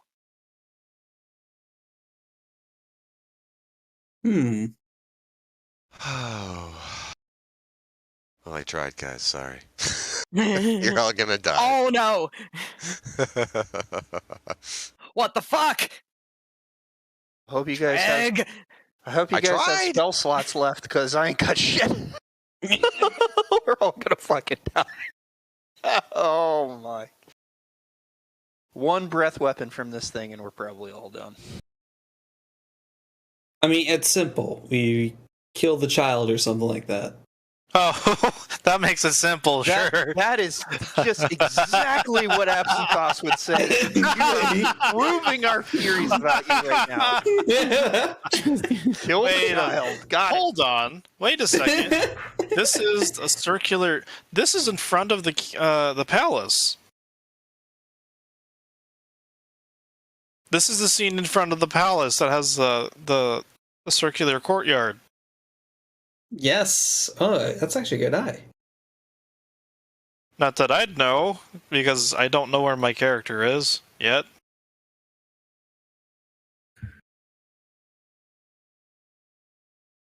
Ah! Cool. Really cool.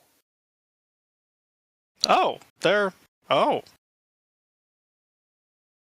What he did.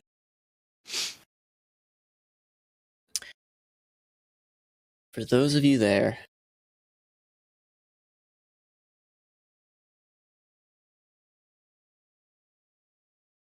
you see a large, like as the forest around you fades, you hear this sound of pages tearing, holes start to appear in the scenery around you, peeling away to this image, to this scene. And you stand behind the characters you once played, watching as they stand, beaten and bruised, briefly as this dragon. Familiar, Yeah, I can't speak. A Dracolich, familiar from an encounter from before, stands upon a large dais next to a very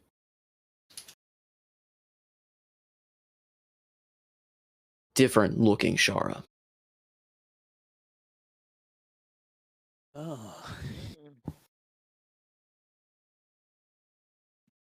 My time to shine. Gonna go for it, guys. Oh my A god. different looking. Oh. You gotta It's the ultimate seduction. It's the ultimate seduction. I Alright, don't give me a think second. I need you to let want. the dog out because she's not. I don't Give me think a you second. want to try seducing that kind of dragon. It looks a bit pokey. Let me try. Look, if people are attracted to prisoners who murder people, the dragon's fine. What? You know,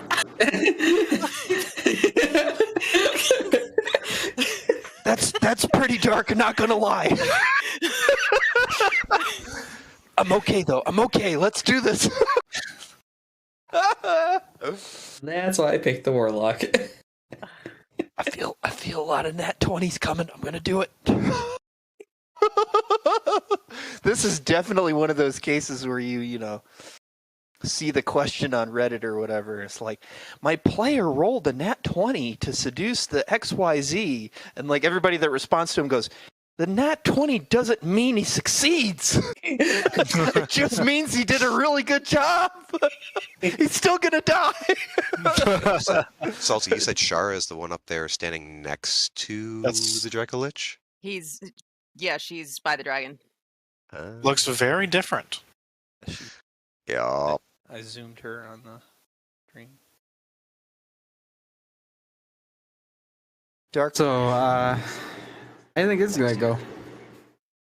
I'm gonna attempt to seduce her and die, and then you guys are gonna find a way to fix this. I mean, I'm tempted just to walk up and pull the bear with the owl lever and see if it replaces the dragon with a bear with the owl. My hope is that this is a story as well. 'Cause, yeah, fighting. It's the story of how we all died. Yeah, well. I mean, sorry how you four died. We're just fine. Chasing a ghost over here. Don't mind You us. guys become stagehands forever. Oh, no. No. We start playing out Scooby-Doo shows. Okay, Thamor will break all the stage pieces. Okay, sorry, I'm back. Yeah, so you see this glowing vortex. A giant portal seems to be opened up on the floor ahead of you. Again, standing on that dais ahead is a large undead dragon, which you recognize pretty much immediately, potentially from the first encounters of Faust. Standing next to it is the elf you fought alongside not too long ago, Shara. However, her armor seems to be worn and broken. Her eyes seem to have traces of black, and all of these odd runic symbols seem to be drawn upon her armor and on her blade.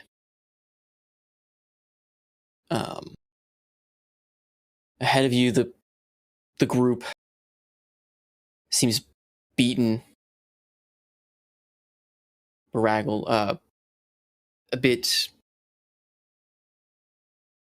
between. You hear Grimlock, the echoing voice around you. No, she wasn't supposed to find out like this. No, stop the show, stop it! You hear, again, the sound of pages turning, herring. The scene in front of you seems to distort. You hear the other people cry out. You hear Eladwin, Shara, why?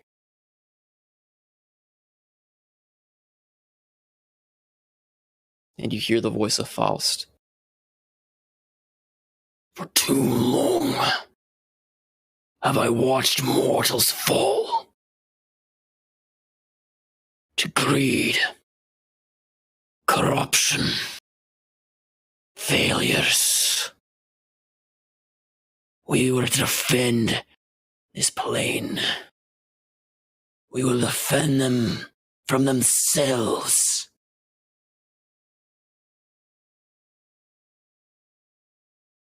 Shara unsheathes her blade, glowing.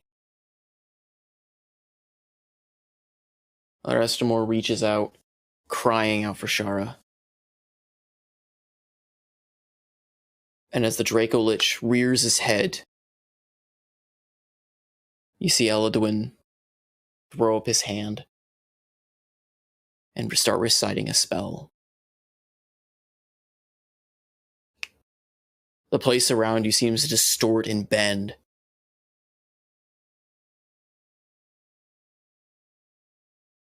As Faust lets loose Frigid Blast.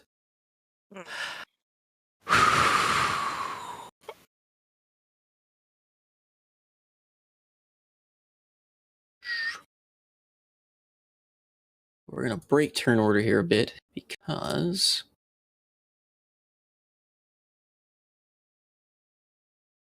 I can't see the turn order anymore. on Different stage, Absinthos. Oh, good. As everything was breaking around you, you hear the sounds. The mannequins phase, shifting, and instead are stuck in this pose. They seem to glow. Their vision is based on movement.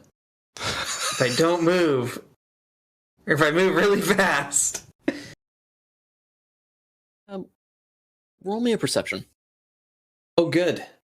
This -1 modifier is carrying me through the entire campaign.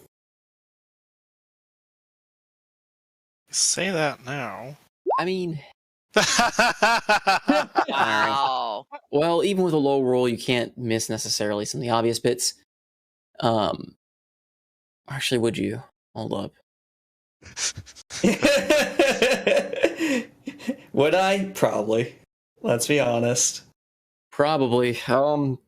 You notice their symbol of weapons is a little strange, but they seem to be just kind of standing there in a different position. Do.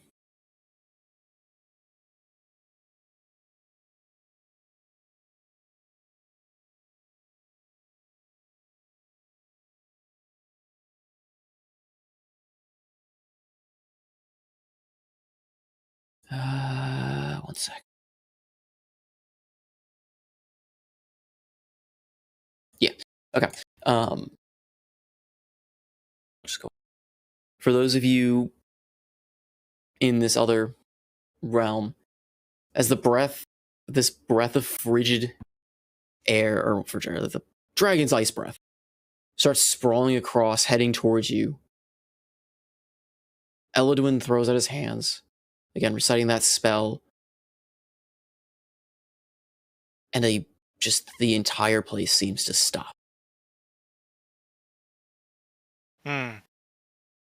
Morani, Mm-hmm. you feel Frey tremble. Oh, no. Frey, what is it? I remember this. Remember what? What is this? You hear the sound of tearing. It's not like any paper or parchment you've ever heard. It seems like everything around you is being ripped in half. Ooh. Oh, no. And you feel, or you see, a giant seam ripped between you and Faust into the astral plane. Oh, God. You hear Eladin cry out, "Go! Warn the kingdoms! They will be coming. I can only hold him for so long. Lorne and Grimlock look panicked. Rael, despite his youth, has a very somber, knowing look.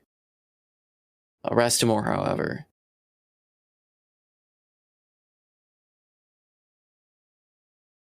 has a much more furious look on his face. I will not leave her! I will save her! And he rushes forward, but is stopped by this tear.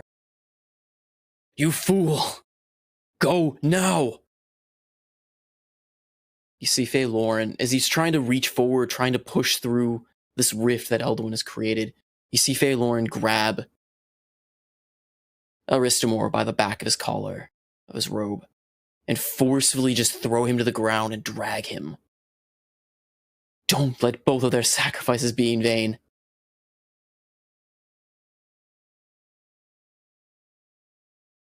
Absinthoss. Good. I notice one of these mannequins moving. You see the mannequins shifting a bit, but you hear a voice in your head. A very familiar voice.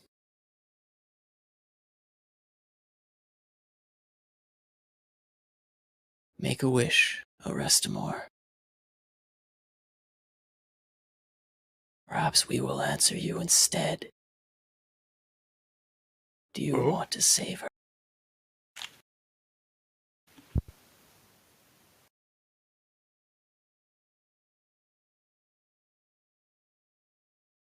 I feel like my brain's slowly processing. I'm just trying to figure out, like, the familiar voice. Is that supposed to be, like, Faye Lauren?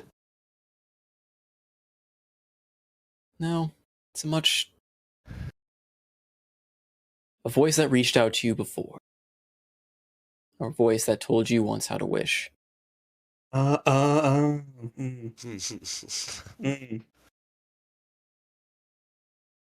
Uh-oh. As the rest of the party in front of you is scrambling away, Faye Lauren basically dragging Arestamore at this point, though Arestamore has stopped resisting. You see his eyes have kind of glazed over as he's muttering to himself. And you see Grimlock, panicked. He looks at Rael. Boy, let me use that. Give it here. And Rael, hesitant at first, hands a parchment over to him. And you see Grimlock roll out this parchment and start scribbling furiously into it.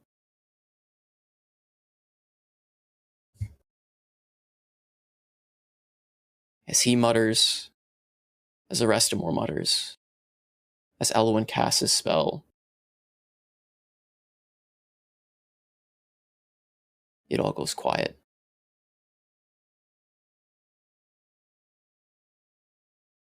And it all goes red.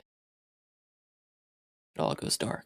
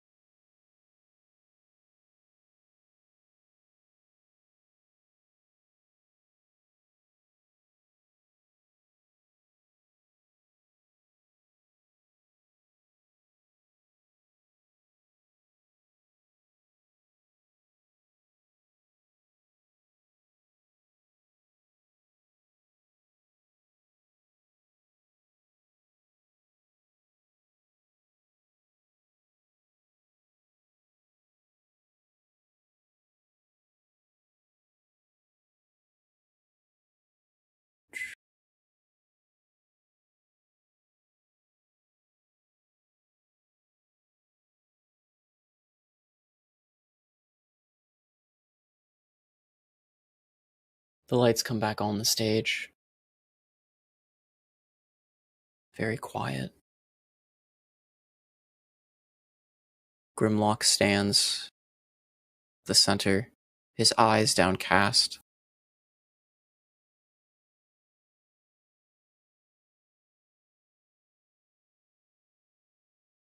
made a mistake. I couldn't have known. Couldn't have known.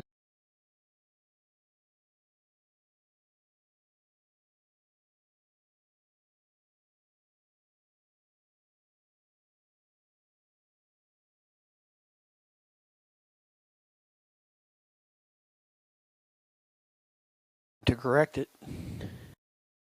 You guys can move your characters again. Is Frey back? Frey is back, though he is very troubled, like he is trembling at your shoulder. Hello, is the play still going?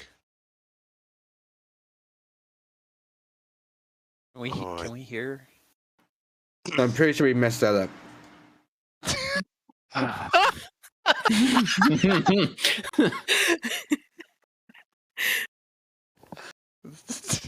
You know, Thamor, I think you might just be right. Oh my god, so funny.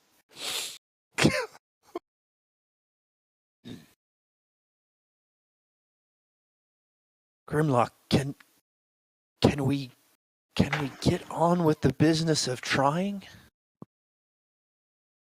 Are you ready?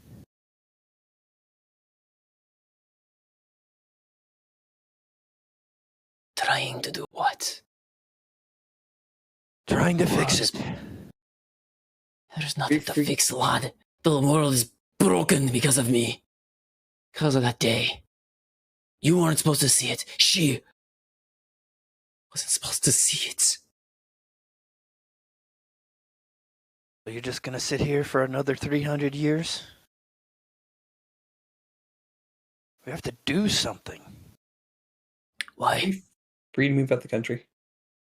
Yes, you're free to move. You're out of... No.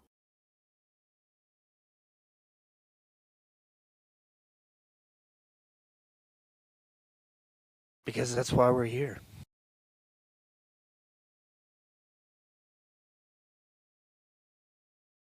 Because of me. Couldn't have known, no. To come to this. I lost my friends. All I wanted to do was go on an adventure. Write it all down.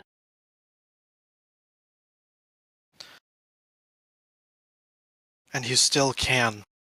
But you need to let someone else take up the torch that you currently hold before you can get to writing with that pen. You have other duties. And you have other people that are relying on you. Faust is still out there. I know. I know he is. We didn't stop him that day. We merely delayed the inevitable. If it's inevitable, then I think we all want to meet that fate head on. Not hiding in a child's story. Yeah, you call my life a child's story? Look what you've made. You tell me. I made this so that she didn't have to see that. She could live in the fantasies of the grand times that I had. The stories I told her around the fire. Not this. Well, you've been doing it while the world's been preparing to burn. And then be covered in an eternal nothingness. Faust You can't is... protect her forever. She needs to know that reality is real. Fantasy is not real. She needs to know the truth. Children do grow up. You can't keep her like this. You can't hide the truth from her. She needs to know. She can't know. She needs to know now. If you continue to lie to her, how do you think she's going to feel when she actually does find out the truth? She already has found out the truth. Because it broke the world once. It broke your daughter.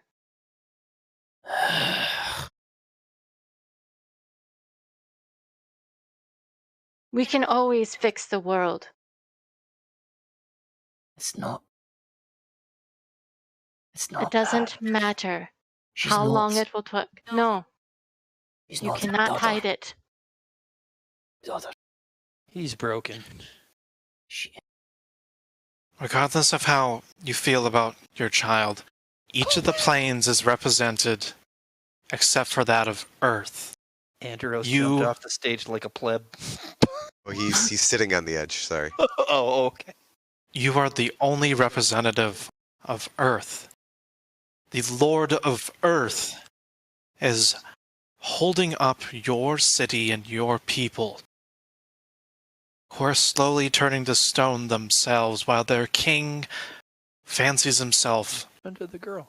in a children's playbook. Keep calling You it can- children's playbook. These are my stories. These are the adventures I had. Then this is the only story book, the only record. And it should No be one- burned. No one should know this. When you settle your accounts with the being that you are supposed to have been the representative of and struck a bargain with, you are free to do with your books, your tales, with whatever you want. But first, you have to relinquish your duty to someone else. Riel, Before you go wandering off into, I don't know where the fuck you're going, but okay. I was looking for the girl. She disappeared. I was trying to say while we were talking, she's not there. Oh, so she was when the whole When the thing got curtains revealed. reopened and nothing, Oh, there was nothing in the audience. I was trying to say that, but everyone was. I wouldn't have done that. I'm talking. sorry about that. Riel. So, you need to relinquish. Riel already has to me. And then Zidane's gonna take off his symbol, the twin keys with the acorn growing around with its vines, and he's actually gonna throw it at Grimlock. He kind of is startled, but catches it as it kind of falls, and he holds it gingerly and kind of traces his hands along the emblem. It was just a boy. Shouldn't have asked him for the damn scroll.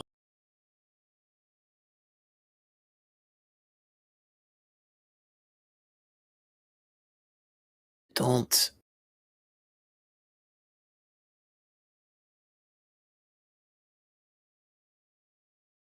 You don't understand. This is all.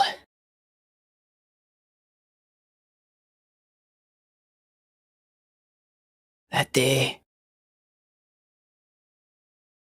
day we lost two of our dear friends. Eladwin and Shara were lost to the spell. Transformed and gone. We went back. We tried. We tried to warn our kingdom that it was coming. We tried. Do you understand what it's like to once be called heroes, to once be called adventurers? And then be struck as villains or struck as crazy lunatics. No doubt, he had a hand in it. I've heard much since then. I went back. I went back to his lair. It was gone. Everything. All that was left. And he holds up his hand, and you see him conjure an image of a crown. It was his crown. And her.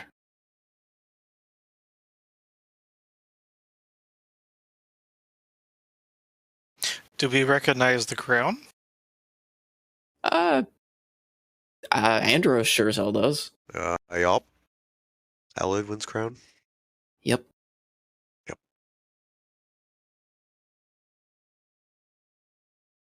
Why that funny? I got one of those too. He kind of just closes his hand and the image fades. I should be surprised. But you've come this far. We buried that far away, sealed it away that he may rest in peace. Could never free him. Not with what he was fighting in there. He certainly ain't resting very peaceful right now. That's the legacy you want to leave, then? The fabled heroes. Turned tail and ran. Gave up. That's the story we were already told.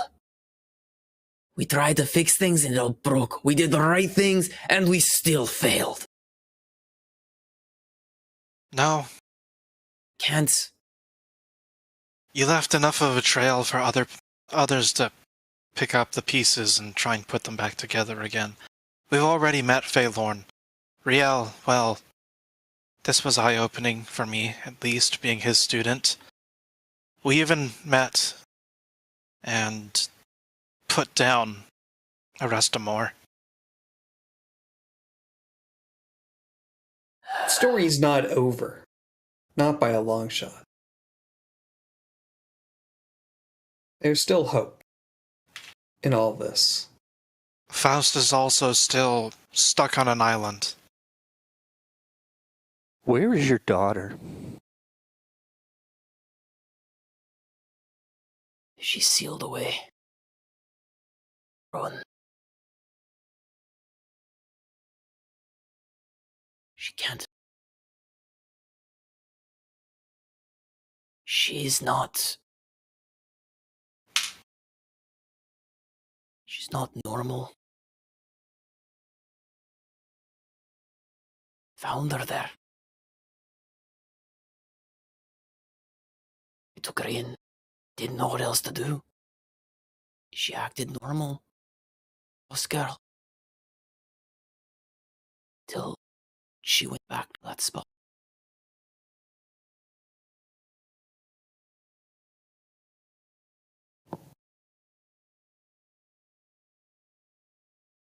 Then what happened?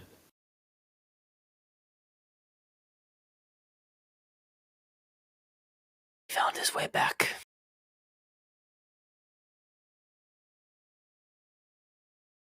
Made a wish that day. I signed a scroll. I made a wish. I wasn't the only one who made one.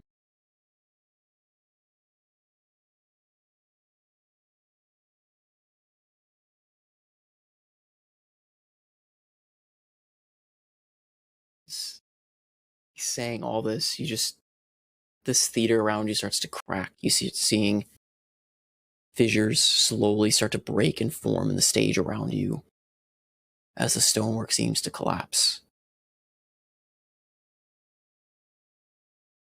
Wanted to fix everything. Maybe I broke it worse. That's life. As long as you keep moving forward. Or you can run away. Where is What she? you're doing. Where is she, Grimlock? Where is she really? Told you. Most of her souls still bound to the fragment in the throne. Part of her I took with me, the part I remembered, into her favorite book that I wrote for her. Told her it'd be okay. Another part I took into here. Distract her as best as I could.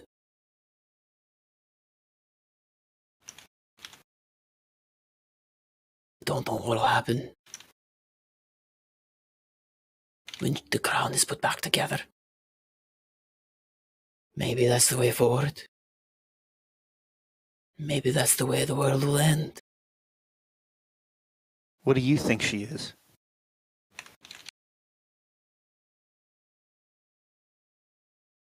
She's the very first emissary of the void. And as he says this, he fades. And you hear a sound of metal hitting the stage as a crown fragment falls upon it. Zidane looks around at everyone and says, Did Emissary of the Void? I'm gonna go grab the crown fragment. Does it look similar to the one Andros was picking up from that cave a while ago? Or does it No. look different? Different. The only other person I would probably recognize it potentially would be Alton. I don't think anyone else ever saw, maybe even remembers it. Whisper's seen it. Well, yeah, okay. Whisper's definitely seen it. In character, Absinthos. You know what that is? Crown fragment that your friend was looking for? More than that. I think, well, it goes with another piece that I still have from our first adventure. Alton reaches into his pack, produces it. So Thaz is going to gesture to put two and two together to see if it links. No, Alton's not going to allow that. But he continues and he says, I think the third part of this crown, the whole thing together, like he said, an emissary of the void is being held back because this crown is in three pieces.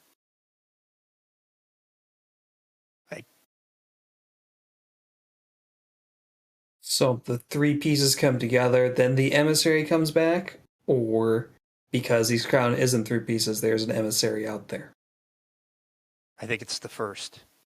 That it was her, his daughter. Yeah. I think that great void between the parties in the last story was somehow brought forth into this world by that great astral rip the party created.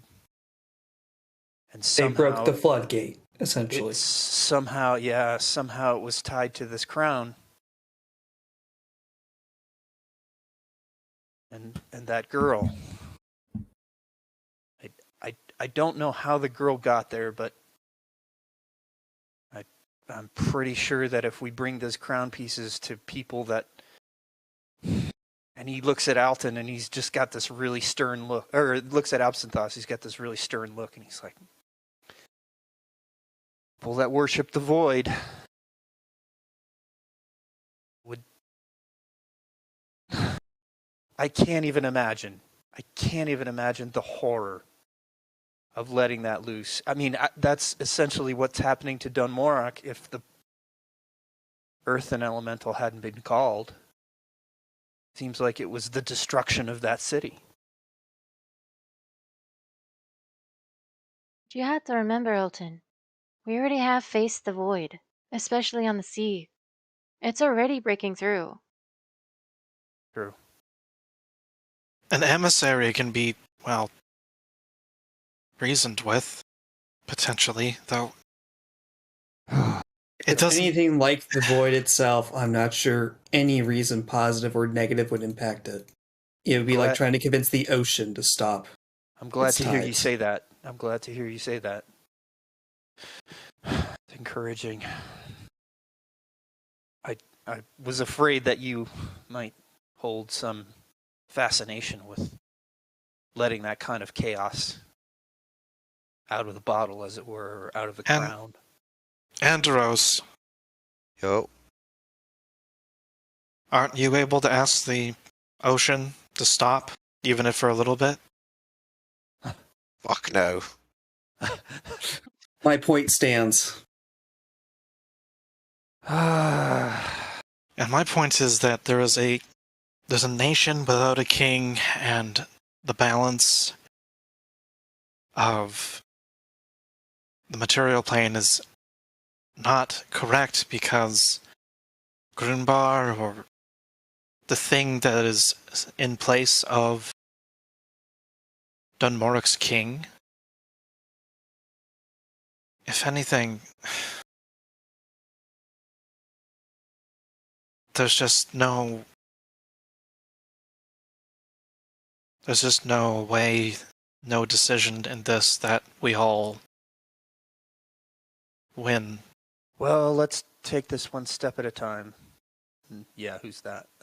Yeah, I would like to immediately gain a telepathic speech with it. It's within 30 feet. Fuck, not him again. Again? The hell do you mean? Hey, I had a chat. The Factory on truth two? will be known, right? That's what's going on here? Alton turns to Absinthoth really quick. Hide that. Hide that. I hide it. And he, Immediately. stows the crown. Considering it just walked through a curtain. No, wait, is that a curtain or a wall? Curtain. That's a wall. Oh. That's a wall for this and this other. Okay, it walked through a wall. I would like to use Divine Sense. If I am able to. Yep, it is undead. Okay, anything else interesting for 60 feet-ish that's not Nothing obscure? else immediate, but this thing is... Oh. Well, remember when you sensed Faust? Oh. Oh. Yeah.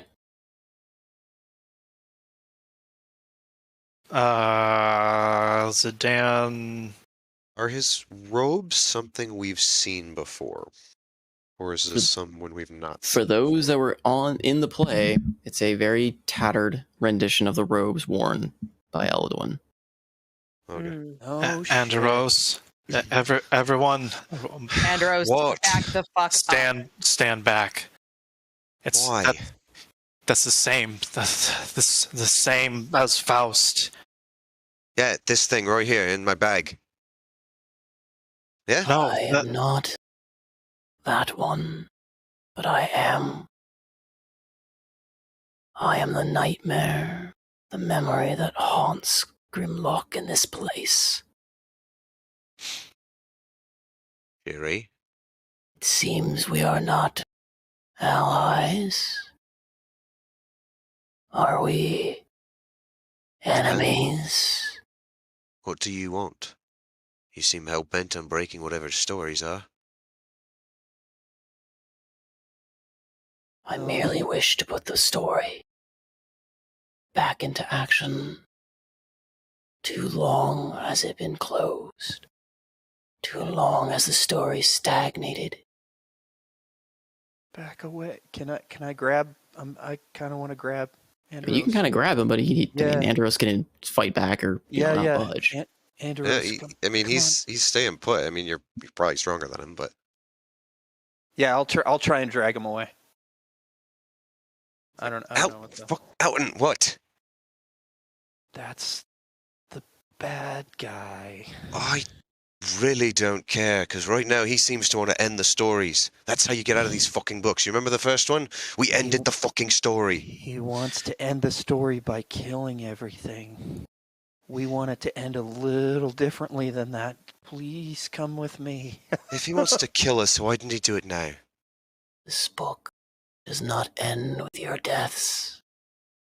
See? Perhaps my real form will kill you. I can only hope.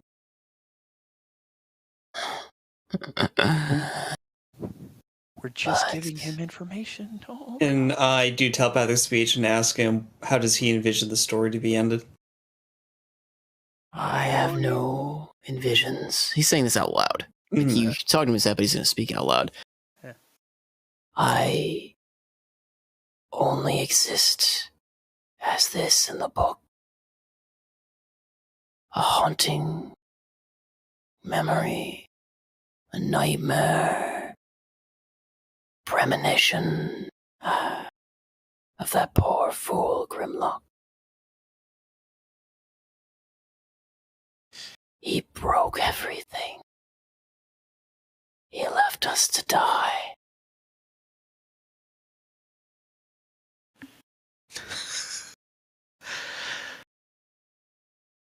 Ooh. Spooky. You served your purpose. You're released. Did that move everyone, by the way, or did it only move some people?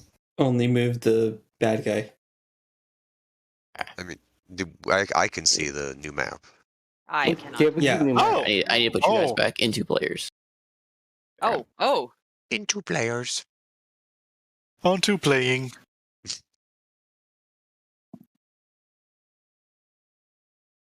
a really cool map. I would like to be in the middle.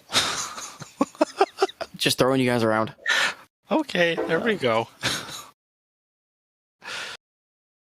I think I was like here, and Andros was in front of him. And... Yeah, you guys were 15 feet away from me, both of you. Good to know. Andros, you feel the crown kind of Assholes. stirring a bit. There, here we go. Fuck. Look. You want this to end just as much as we do. You're trapped in this book just with us, right? Yes. What happens when you get Sorry. out? Does she look like a normal girl? Is there Mhm. anything? She looks normal, a bit beraggled, or he's saying beraggled, a bit haggled and tired. Bedraggled? perhaps. Raggled. Yeah, bedraggled. A bit tired. If I do Tired looking. if I do telepathic speech with her, is her mind muddled, normal? She seems very lost. Like her brain is all over the place. She is not thinking straight. Okay, The actual child, I see. would it be possible for me in character to like... So I know that I've had a visual component to aura protection before, but can Zidane kind of, I don't know, pulse it a little so that everyone gets a visual hint to stay within the 10-foot bubble? Like that. I think the last time it was vines wrapping around an upper arm. Yeah, you The could same glow. Okay. Yeah. do something. Anyway. So yeah, please go on. Yeah, last question was. Andros says, what happens when you get out of the book? I don't know. Ask me in your bag. I exist only here. I have heard the same canned theater plays for ages untold. God, you're a real drag. I mean, he is a dragon, but Ugh. Elton, the girl is like 4 feet tall or 3 feet tall or something like that. Yeah. Or she? Okay. So Elton kind of kneels down to the girl and says, "Hello there. What might your name be?" she looks up to you, and she looks like she's kind of on the verge of crying. Her eyes seem to be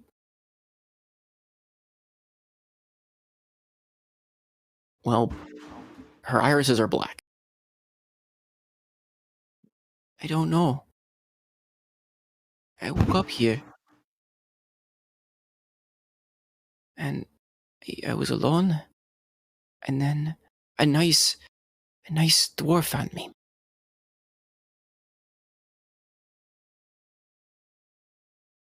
Don't remember much.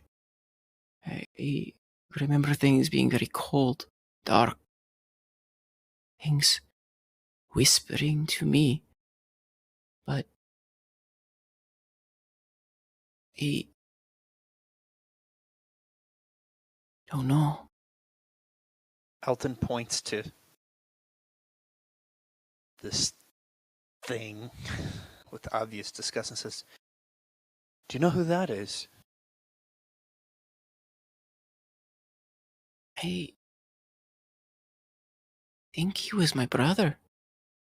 I don't know anymore, though. Your brother? Mm-hmm. I had two brothers once, I think.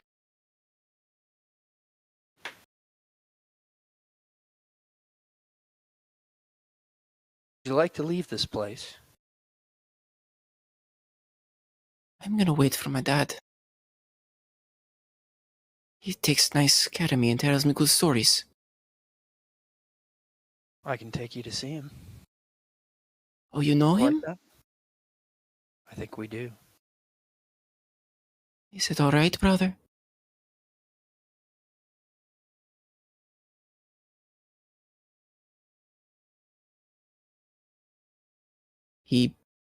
This creature looks down at her, and for the first time on this featureless face, you sense the hint of like sadness about it, almost of loss. Yes, you will leave when the story ends. This is not your place.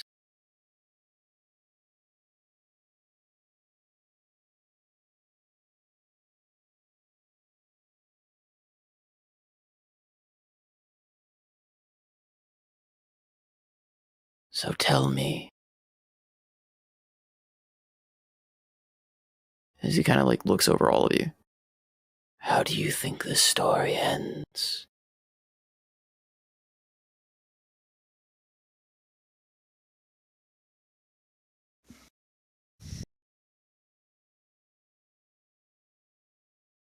Anders gestures around.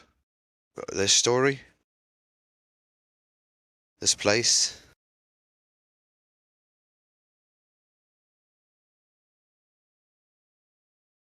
To be continued. With hope. Always with hope.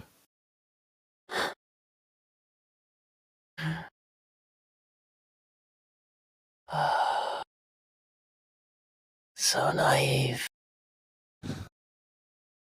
This was not one of his fantasy children's stories he wrote. It ended with me torn asunder.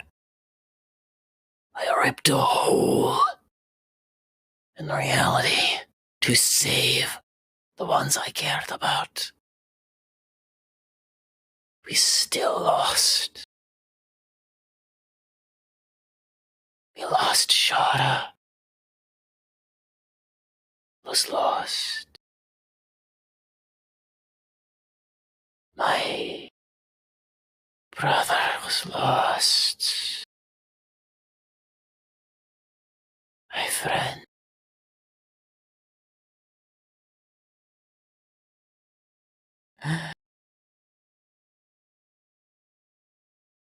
This wasn't a fairy tale you ended up in.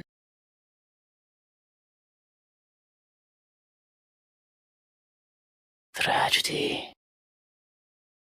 And it's only the beginning. And his eyes light up. Oh shit! Kind of flaring, and you see that skull of Faust light. And you see it shift and move.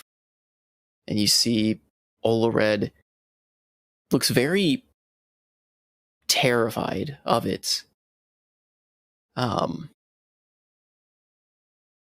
Alton, you also see, or well, I guess you kind of all see, let's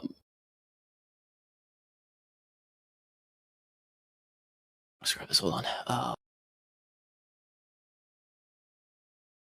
I grab the girl and run away. That's the right answer for any situation. Really? Not, Child kidnapping? We simply kill the child. We ban it. He literally was just like, "Yeah, I know your dad. I'll take you right to him." Yeah. Stranger danger. We were all thinking it. No. Oh, good. You see like the skull kind of shift and move. Its eyes glowing as cracks start to kind of form around it, glowing red. Oh boy. You said we don't die in this book. What's this? The end of the story. He found the crown. He found the girl. But he didn't write the end. And we make our own ending. Clever. But that's what someone else did in his book. And you see Arestamore kind of walking out from underneath the skull. Mm. His arms and face tattooed with runic symbols.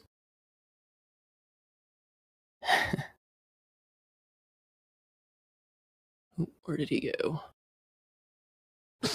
Is that what he? That's what he looked says. like before he turned into. Yeah, he says, "Where did he go?" Yeah, no, yeah, he looks like when you fought him. Right before he turned into the abomination. Yeah. How many times do you teach you this lesson, old man? You see him walk over. No, you see him walk over, and you see him reach down and pick up a book. You see him chuckle to himself. Oh, Grimlock, you fool. He flips it open, you see him skimming it. I'm bringing out my packed weapon just to have it ready. I'm getting within smacking distance. Shoot an arrow at Arestamore with the book in his hand. Can I mage hand the book out of his hand? Can I summon 80,000 snakes? Yeah, yeah. Okay. Can I river dance? I'm sensing some hostility. Can't imagine why. Can't imagine why. This poor girl. Snakes. Why did it have to be snakes? I'm gonna channel my inner Chris Pratt and just river dance with him. Like the kid won't be Dance off, bro. traumatized. You and me. But As the you kid guys will are be writing your traumatized weapons with against him, he just grins and chucks the book at you all before Catch it. before you see him step back and fade. Would like to do performance and catch it with flair. Yeah, you go for it. Yay. I dock it my favorite mark since it's still on him. Can I still shoot an arrow towards him? That's what I'm talking about. I mean, you can. He doesn't really exist. Like, he is it's kind of an odd bit where he's the memory of himself, because, I mean, as you look at the book, scrawled at the very end of it is Arestamore's writing.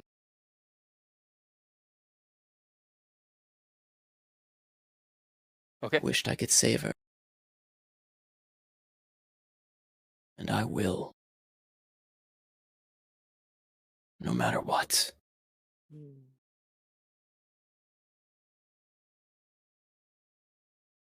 I think we read the sequel before reading the original. And the world cracks around and starts to fall away. Can I grab the girl's hand and be like, try to... You can. You can try. Yeah. But... Okay. See So if you we reach can forward and ride grab her the wave hand. through the cracking of the world.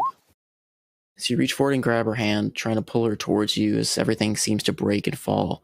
She seems to linger for a bit before fading into a mote of light that you hold in your hand. Oh. All right, well, I'll And cradle as that. as you all come back to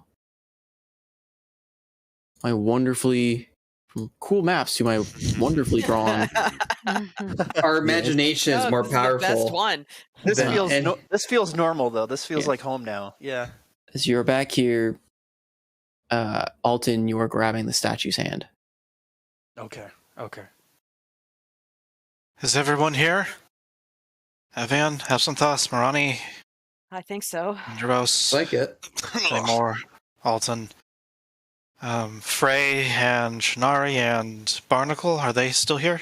Oh, And hi, Shen. the rest. Oh, you're still here. Sedan is looking over at our host. Hey, it's... Did you guys ever leave? It's been like a second, hasn't it? Pretty much. Where's Is the book? Alton? Who's holding the crown piece? The one that dropped from... The new Yeah. one? Yeah, I have it. Alton hit it. Or Absinthe hit it. Yeah, I hid it in a pocket. But yeah. we will pick up with that next time. Oh man! Salty, that was awesome. Yeah, good one. Ah! The whole "I'm not prepared" bit. Come on, man. Come on. There was more I wanted to get conveyed, but it kind of played out a little differently. So Are you kidding me, dude? That was ridiculous. Yeah, that was fucking awesome. but Oh man, Oh, I want to play more right now. yeah, right. Noko linked me this clip from Thor Ragnarok when we were dealing with the ghost. I couldn't stop thinking about it. I couldn't stop thinking about it the entire time. I had to laugh that you had to be the one left behind to see it, because the ghost is going to appear whether you were there or not. Yeah. Because he's basically a remnant of his fear. Mm-hmm. Yep. But yeah, you guys are starting to see kind of the things that led up to everything. A little bit of what happened. Yeah, a little bit of what happened, a little bit what happened to Shara, kind of. A little bit what happened to Elduin.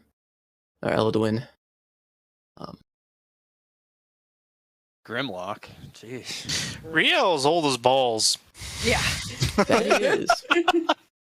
Oh, he is. wait. Rio's Wait, glorious hold on. downfall. Hold on. If I remember correctly, as a level something paladin. I think it's a monk that prevents aging. I'm not sure if there's a paladin that No. Well, prevents it's Paladins become immortal. Let's Monks see. just don't suffer the Image. effects of aging. They still die of old age. It's Oh, the Sacred Oath feature, 15th level.